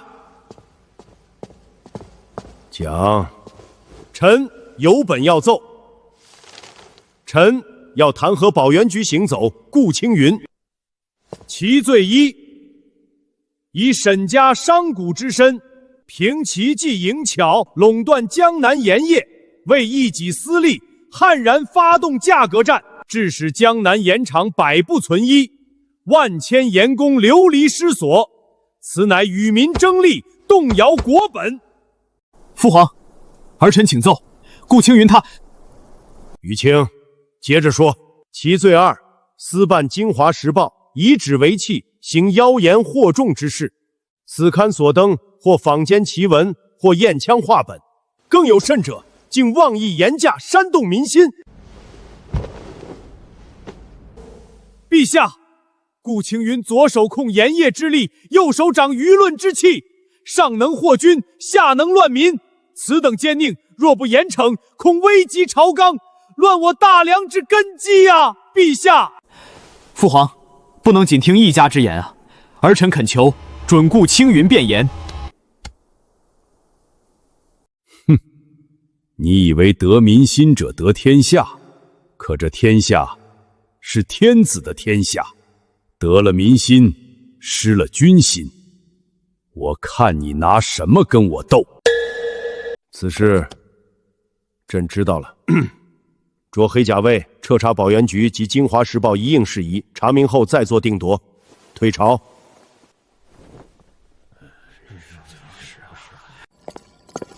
顾大人，太子殿下有请。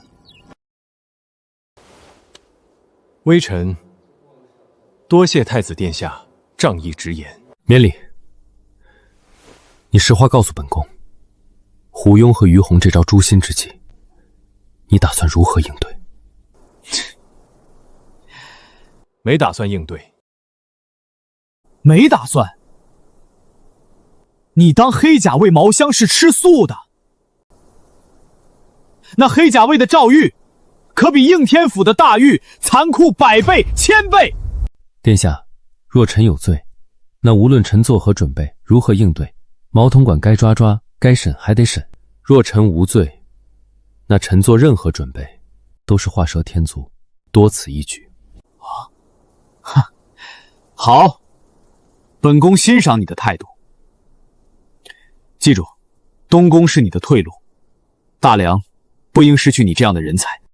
多谢殿下垂怜，微臣告退。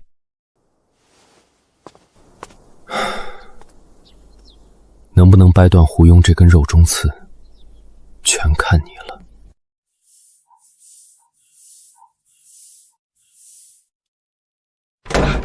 贤婿，你怎的还有心思坐着？那黑甲卫都要来抄家了。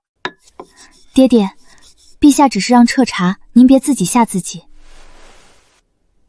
是，可胡庸在商场上栽了这么大个跟头，不会轻易放过我们的。唉，也怨我，当时一拍脑门就被说动了，没能拦住青云。爹，您当初将沈家托付给夫君，我们既沾了夫君光耀门楣的光，也该做好同进同退的准备。是，商场上的明枪暗箭，老夫从来不惧。可这一次，我们的对手是整个大梁的官僚体系，是高高在上的皇权。岳父，娘子，喝口茶，暖暖身子。想用朝堂的规矩杀我，可他好像忘了，现在这金陵城谁说了算，已经不是他胡庸能定的了。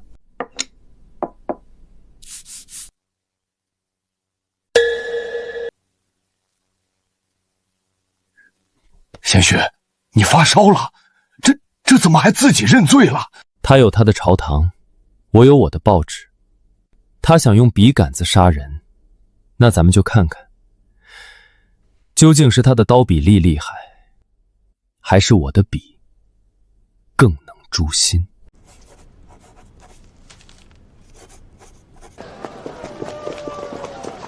卖报卖报！京华时报号外，保元局行走，顾青云亲笔撰文，泣血自白。快来看啊！顾青天有话对全城父老说。我顾青云有罪。青云自入金陵，承蒙圣上与太子殿下厚爱，入保元局行走，惶恐之至，日夜不敢懈怠，只求为国为民，烧尽绵薄之力。然今日朝有御史以2大罪名弹劾于我，青云思前想后，辗转反侧，终觉御史大人所言极是，我顾青云有罪。第一，有罪于江南盐商，只因保元局所出雪花盐定价30文，百姓吃得起，断了盐商老爷们数倍暴利，与豪强争利，我罪大恶极。好你个顾青云，将计就计，本宫果然没看错人。第二，有罪于地方劣绅，因这一纸《京华时报》，只为无处申冤之百姓陈词，城西张屠户被骗之房契得以追回。是啊，是我呀！城南李老汉被打断腿，得以严惩凶徒。此举让鱼肉乡里，欺压百姓之辈，不能再为所欲为，与恶人结仇，我罪不容赦。顾青天无罪，顾青天无罪，顾青天分明是好人。第三，有罪于朝廷，有罪于天下读书人，只因我顾青云妄图以格物之学利国利民，水泥船渡、雪花岩皆是奇技淫巧，上不得台面。以商贾之身行读书人之事，乱了祖宗规矩，不守本分，我罪该万死，字字泣血，句句在理啊！来人，将这报纸以本宫的名义送入御书房。这哪里是认罪书，分明是血泪史啊！知娘贼，那些狗官自己不干人事儿，还不让别人干了。顾公子卖我们便宜盐，倒成罪过了。我家就是听了报纸，才把被恶霸占的田给要回来的。谁敢说顾青天有罪，我第一个跟他拼命！快来人，去把那报纸报社都给我查封收缴了，一张也不许留。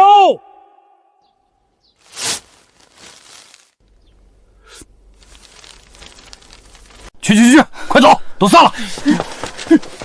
顾青云无罪，顾青天无罪，我等为顾青天请命。怎么，这就是黑甲卫查到的结果？禀陛下，这是百姓在宫门口请命的陈情文书。陛下，这报纸是从东宫递来的，您看，这是印刷体，那一份像是手抄本啊。陛下，这有行小字儿。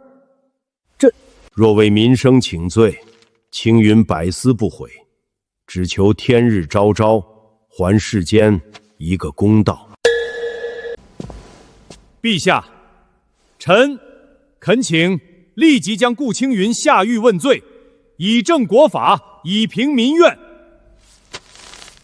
于爱卿，你口口声声说民怨沸腾，那朕倒是想问问你，这就是你们说的民怨沸腾？朕看到的却是万民拥戴，是朕的子民为了一个肯为他们说话、肯卖他们便宜盐的人，自发的为他请命。此事到此为止，再有妄议者，与此同罪。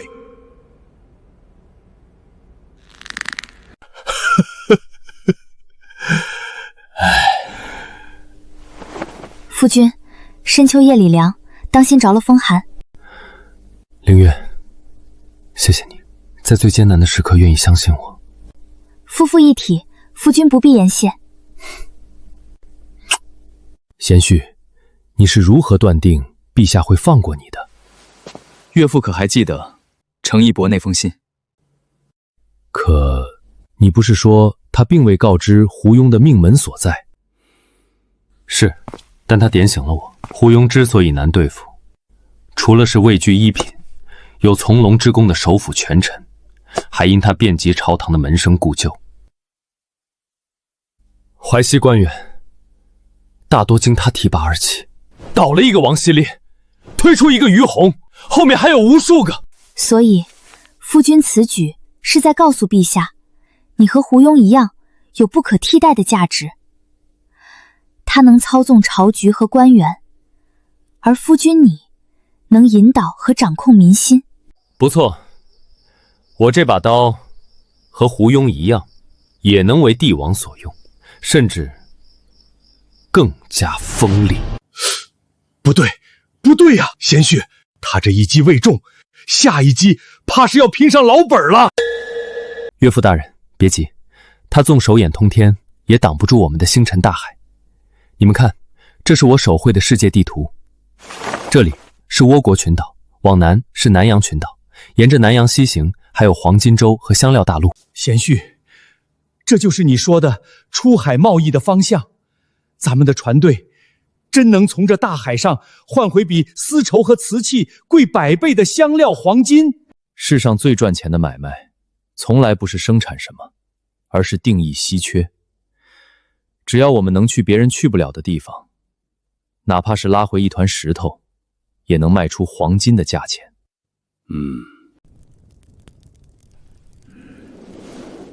进来。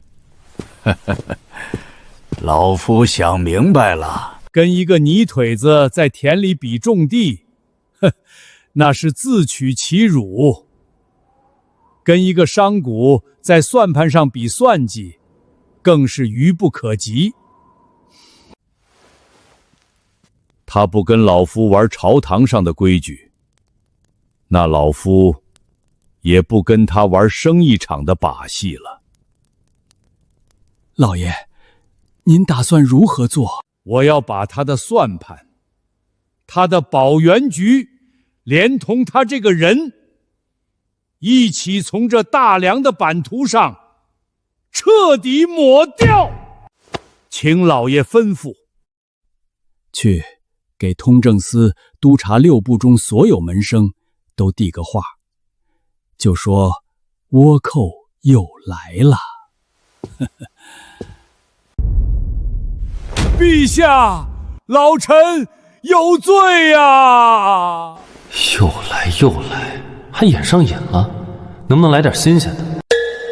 胡相何罪之有？臣身为百官之首，却未能替陛下分忧，致使东南沿海倭寇再起，百姓流离失所，村庄化为焦土，臣罪该万死。此乃浙东布政使800里加急奏报。月前，倭寇数十人突袭泰州府一渔村，烧杀抢掠，村民死伤惨重，财物被掠劫一空。继续讲，陛下，倭寇之患由来已久，为何屡禁不绝，反而愈演愈烈？臣思之许久，终于找到了根源。根源就在于开海通商。好你个老狐狸，大蛇打七寸，专挑麻绳细处剪啊！父皇，儿臣以为，胡相所言过于危言耸听。哦，太子殿下莫非久居庙堂之高，忘了民生多艰？胡相，此诛心之论慎言。陛下，请恕老臣直言，正因开了海，商船往来不绝，才让倭寇有劫掠目标；正因开了港，才让倭寇有登陆缺口。倭寇之患虽紧要，可开海通商也是繁荣经济之要策。若因借史之窗，就要闭关锁国，那我大梁如何开疆拓土、大展宏图？以太子殿下之言，那出海的商税利银，比我大梁沿海万千百姓安危更甚，比海疆百年安宁更重。为些许商税之利，弃祖宗疆域之安，此乃本末倒置、祸国殃民之举。老臣恳请陛下，以江山社稷为重，以万民安危为念，重申海禁，片板不得下海。臣复议，请陛下重申海禁，以安海疆。臣等复议。此事事关重大，3日后再议。退朝。海禁，这才是他的底牌，真正的釜底抽薪啊！赶尽杀绝，不留余地吗？相爷，您这招真是神来之笔。那顾青云就算有3头6臂，也绝对想不到咱们会从海禁国策上动手。是啊，此策一出，他那什么保元局、雪花岩、什么出海船队，全都成了一堆废铜烂铁。我看他这次怎么死。对付一条在池塘里折腾的蛟龙，最好的法子不是下水和它搏斗，而是将池塘的水彻底抽干。相爷英明，我等自愧不如。顾青云是条蛟龙，可他的江河全在我大梁疆土之内，我便借陛下之手筑起一道通天大坝，让他永无入海之日。陛下本就对海外诸国心存戒备，倭寇更是心腹大患。我们拿倭寇给陛下递刀，分明是捅到了陛下心尖上。不错，我今日所奏，字字都是为国为民，句句都站在民族大义上。他顾青云不是会挑动人心，这招又如何呢？他那点蝇头小利，拿什么来反驳？可太子殿下似乎想保他，我怕。太子再大，也大不过祖制边防。3日后，就是他顾青云和沈万三的死期。完了，贤婿，这次是真的完了。海禁是祖制国策，谁敢反对，就是和祖宗规矩过不去。胡庸这一刀是借陛下的手和满朝文武的嘴来杀我们啊！爹爹，暖暖手吧。贤婿，听我一句劝，咱们认输吧，把保元局的份子和盐引交出去，再把金陵的铺子田产变卖了。咱们回苏州老家，关起门来还能过几年安生日子。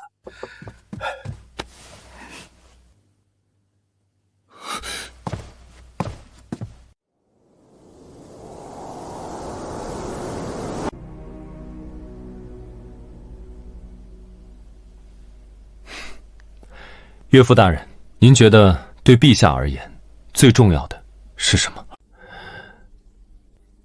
自然是这萧家的江山社稷。对。他胡庸以为用祖制边防就能封死我所有的路，可他不知道，我接下来要献给陛下的东西，恰恰与这江山社稷息息相关啊！陛下心中这杆秤，也在衡量计算。您说，做生意和管理国家有什么相通之处呢？权衡利弊。既然眼前这利益不够大，那我们就给他画个更大的饼。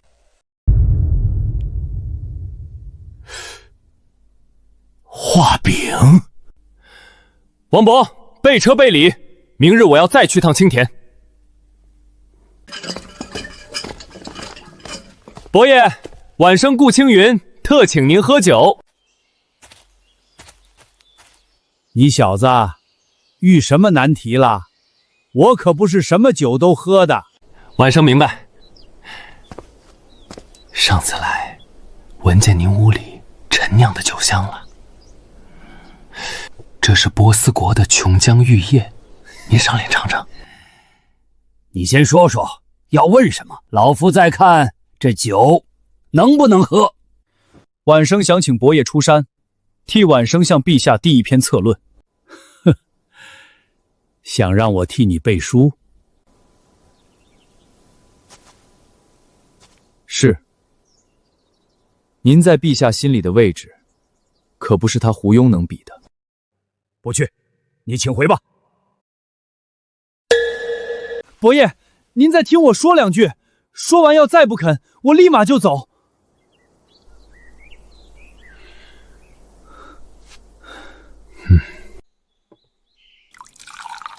说吧，这碗酒喝完，关门谢客。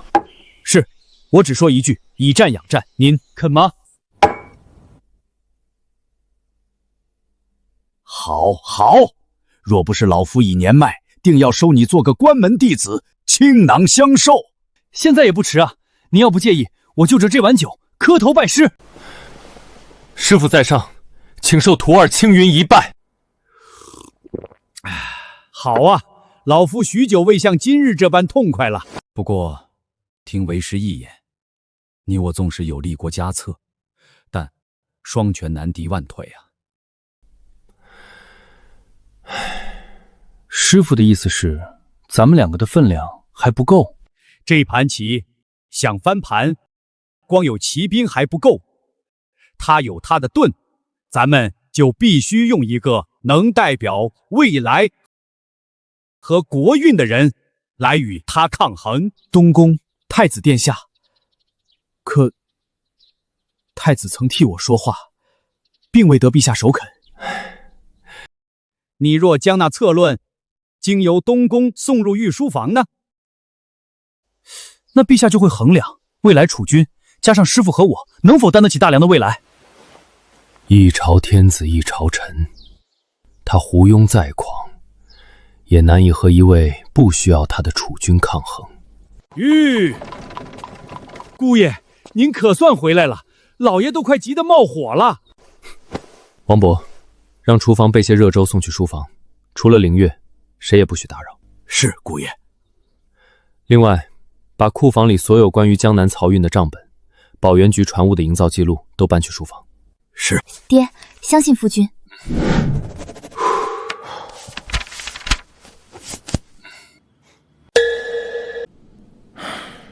明日就是3日之期，若是海禁一下，大梁的未来……殿下，沈家派人送东西来了，快给本宫呈上来。大梁之未来，在海不在陆。开海可设市舶司广收商税，1年之入可抵江南秋粮。3年之后，国库可再无亏空。以商税之银建皇家水师，10年之内，可得一支纵横四海、无敌于天下之铁军，倭寇之流挥手可灭。以水师之力护我商船，扬我大梁国威于海外，万国来朝指日可待。来人，传顾青云，不得让任何人知晓。是，殿下。臣顾青云参见太子殿下。爱卿不必多礼，坐。本宫想知道，那策论上写的究竟是爱卿胸中的锦绣文章，还是一个根本无法实现的痴人说梦？回殿下，臣不懂什么锦绣文章，臣只知道算账。殿下可曾算过，大梁1年有多少丝绸？若因海禁烂在江南的仓库里，损失几何？若出海，又能换回多少银子？若渔民不得出海，不能维持生计，又损失几何？若开海造船，多少木匠、铁匠能养家糊口，得以为生？你所言何尝不是本宫所想？可蓝图再好，终究是纸上谈兵。胡庸背后站着满朝守旧官员，此事一旦推行，必将引来朝野上下震动。若是加上程义伯呢？程义伯，你请得动程义伯出山？臣有幸得程义伯提点，收入门下。师父他老人家亲言，愿为大梁的未来一战。一旦失败，你万劫不复，而本宫也将威信扫地，动摇国本。顾青，这个风险太大，大到本宫赌不起。殿下，守城之君可保大梁百年安稳，但唯有开拓之主，方能开创大梁千百年未有之盛世。殿下，甘为守城之君乎？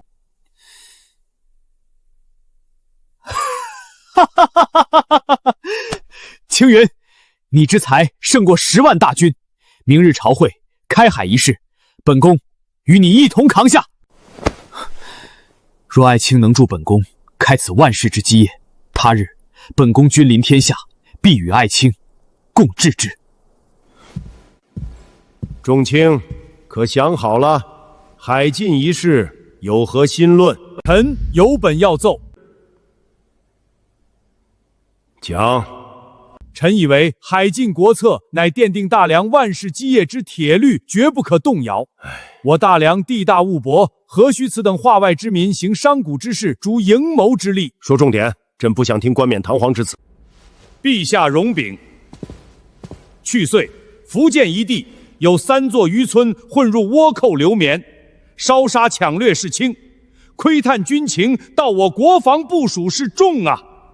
陛下，臣要弹劾鼓吹开海之人，伤者重利轻义，国之蛀虫也。为一己之私，便欲动摇国本；更有甚者，勾结外敌，贩卖我大梁军械，此等行径与通敌卖国何异？御史中丞、上护军、资善大夫、太史令程义伯、刘伯温觐见。他怎么来了？好戏开场了。哼。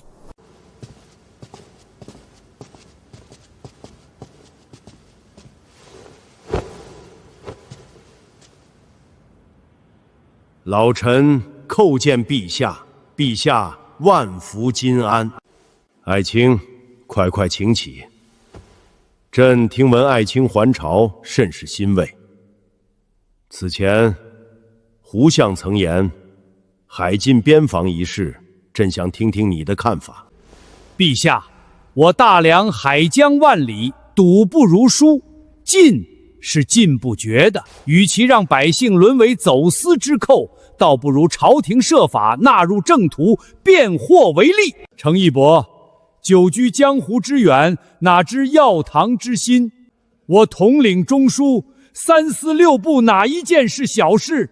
牵一发而动全身，难不成程义伯要替老夫分忧？国事亦是家事，老臣所言不令胡相满意，便请太子殿下一言吧。原来程义伯此来是为太子殿下打前锋的。臣今日不为私利，不为党争，只为我大梁万世之基。胡相，老夫退隐多年，陛下曾几度相邀亲授太子太傅，老夫婉言谢绝，未免朝臣多心，更未避党争之嫌。罢了。哼，太子，你有何见解？儿臣以为，组织边防不可轻动，然时移世易，法亦当与时俱进。出海与进海孰轻孰重，一算便知。数据账本不会撒谎。父皇请看，这是儿臣命保元局行走顾青云所著策论，出海之利弊，账目名册收之清晰。然儿臣想问父皇、胡相和满朝文武，4海之外，奇珍异宝堆积如山，大梁为何不取？若以战养战，有何不敢？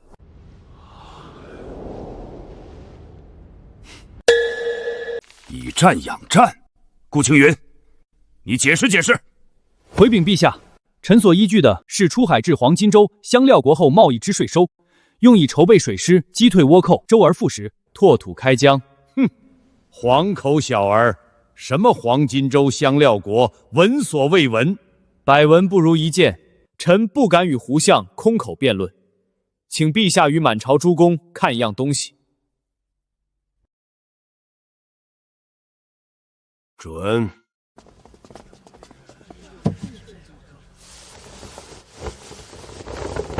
这是何物？胡闹！简直胡闹！此乃奉天殿，岂容你用此等鬼画符故弄玄虚？是啊，画的什么东西，乱七八糟的。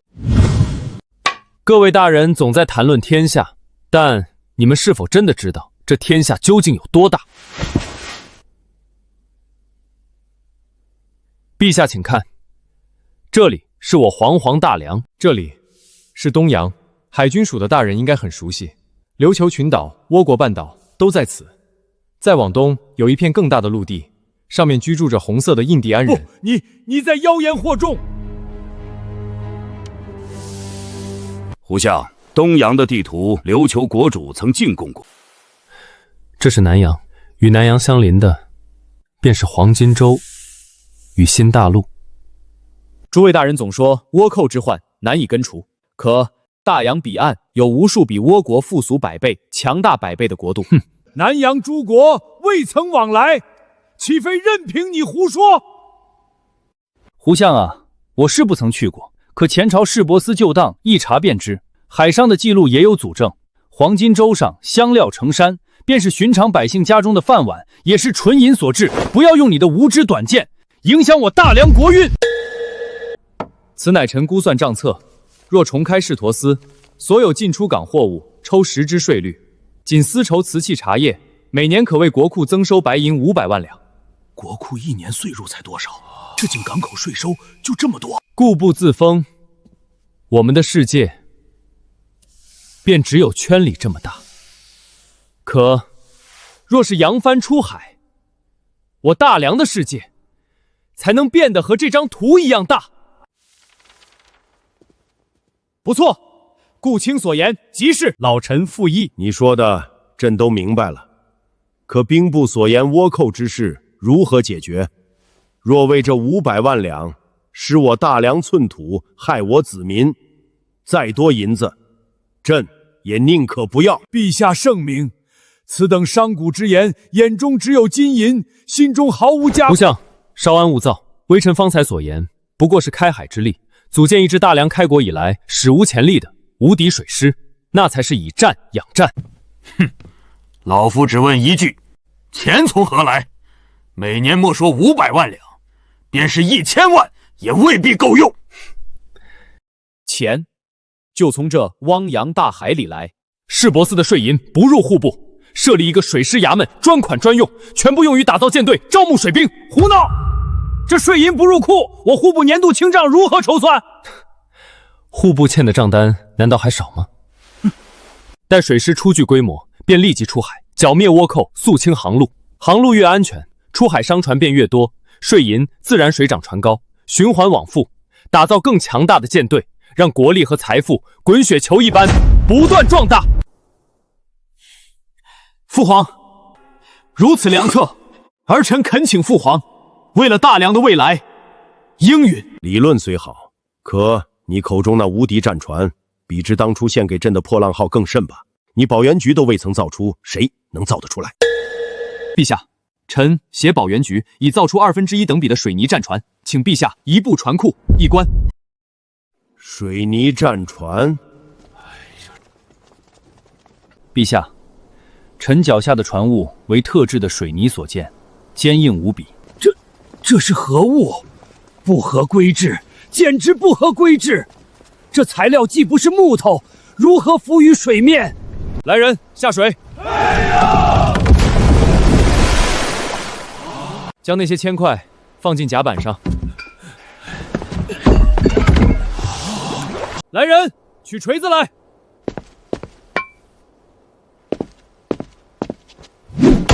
神物，这是神物啊！怎会有如此坚硬的材质？陛下，这是用我保元局研制的特殊材料——水泥，混合河沙、碎石，再以钢筋为骨浇筑而成，其坚固程度远胜任何周木，水火不侵，炮石难伤。你是说，此船触礁也不破？寻常风浪，触礁无碍。最要紧的是其成本，不及上等楠木的1/12。此物便是臣为陛下为我大梁水师准备的第一份薄礼。有此神州，何愁倭寇不平？何愁四海不扬威？好，好，好，海禁之意不必再提。即日起，于泉州设立市舶提举司，总领开海通商一切事宜，其税收之银不入户部。另设水师钱庄，专款专用，以供水师营造操练之用。陛下，户部市舶司乃国之重器，单系我大梁未来100年过运，此事便由太子总领，以示朝廷之重。儿臣遵旨。保元局行走，顾青云治计过人，献图献策，居功至伟，特授市舶司提举，官至从五品，协理太子，专责水泥船营造、新航路开辟、海外通商等诸多事宜。另赐金鱼带，准其便宜行事。凡市舶司内务，可不经中书直奏东宫。微臣顾青云领旨谢恩，吾皇万岁！万岁万万岁！来来来，里边请，里边请。老爷说了，不管是谁，都得按规矩来。贤婿啊，岳父我这辈子都没想过，咱们沈家还有今天，不是靠金山银山，是靠这堂堂正正的官身，靠你给咱挣来天大的脸面啊！以后谁敢说我沈万三是下九流的商贾，谁还敢？我沈万三的女婿是从五品的朝廷命官，是协理太子的市舶司提举。姑爷，老爷燕王府的长史大人前来送贺礼。燕王，他不是在镇守北平吗？怎会来送贺礼？燕王萧成宇，未来皇帝，大梁天河之治开创者出现了吗？请他进来吧。下官葛城参见顾提举。葛长史远道而来，有失远迎，恕罪恕罪。些许北地薄礼，不成敬意。我家王爷听闻顾提举大才，为我大梁开辟100年财源，心中甚是钦佩，特命下官前来道贺。这是我家王爷亲笔密信，还请提举大人亲解。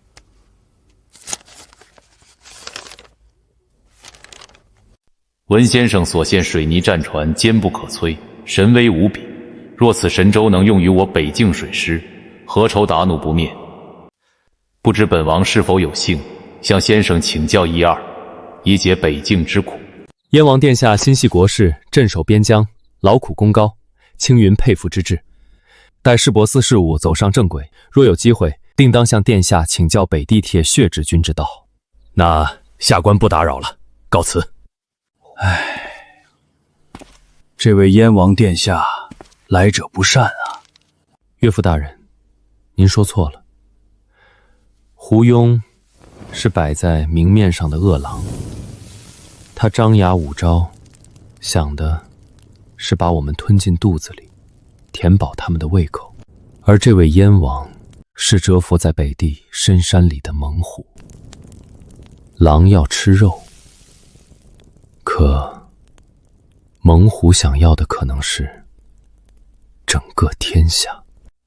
贤婿啊，千难万险我们都挺过来了，前方就算有猛虎拦路，我沈家必倾尽所有，为你杀出一条青云之路。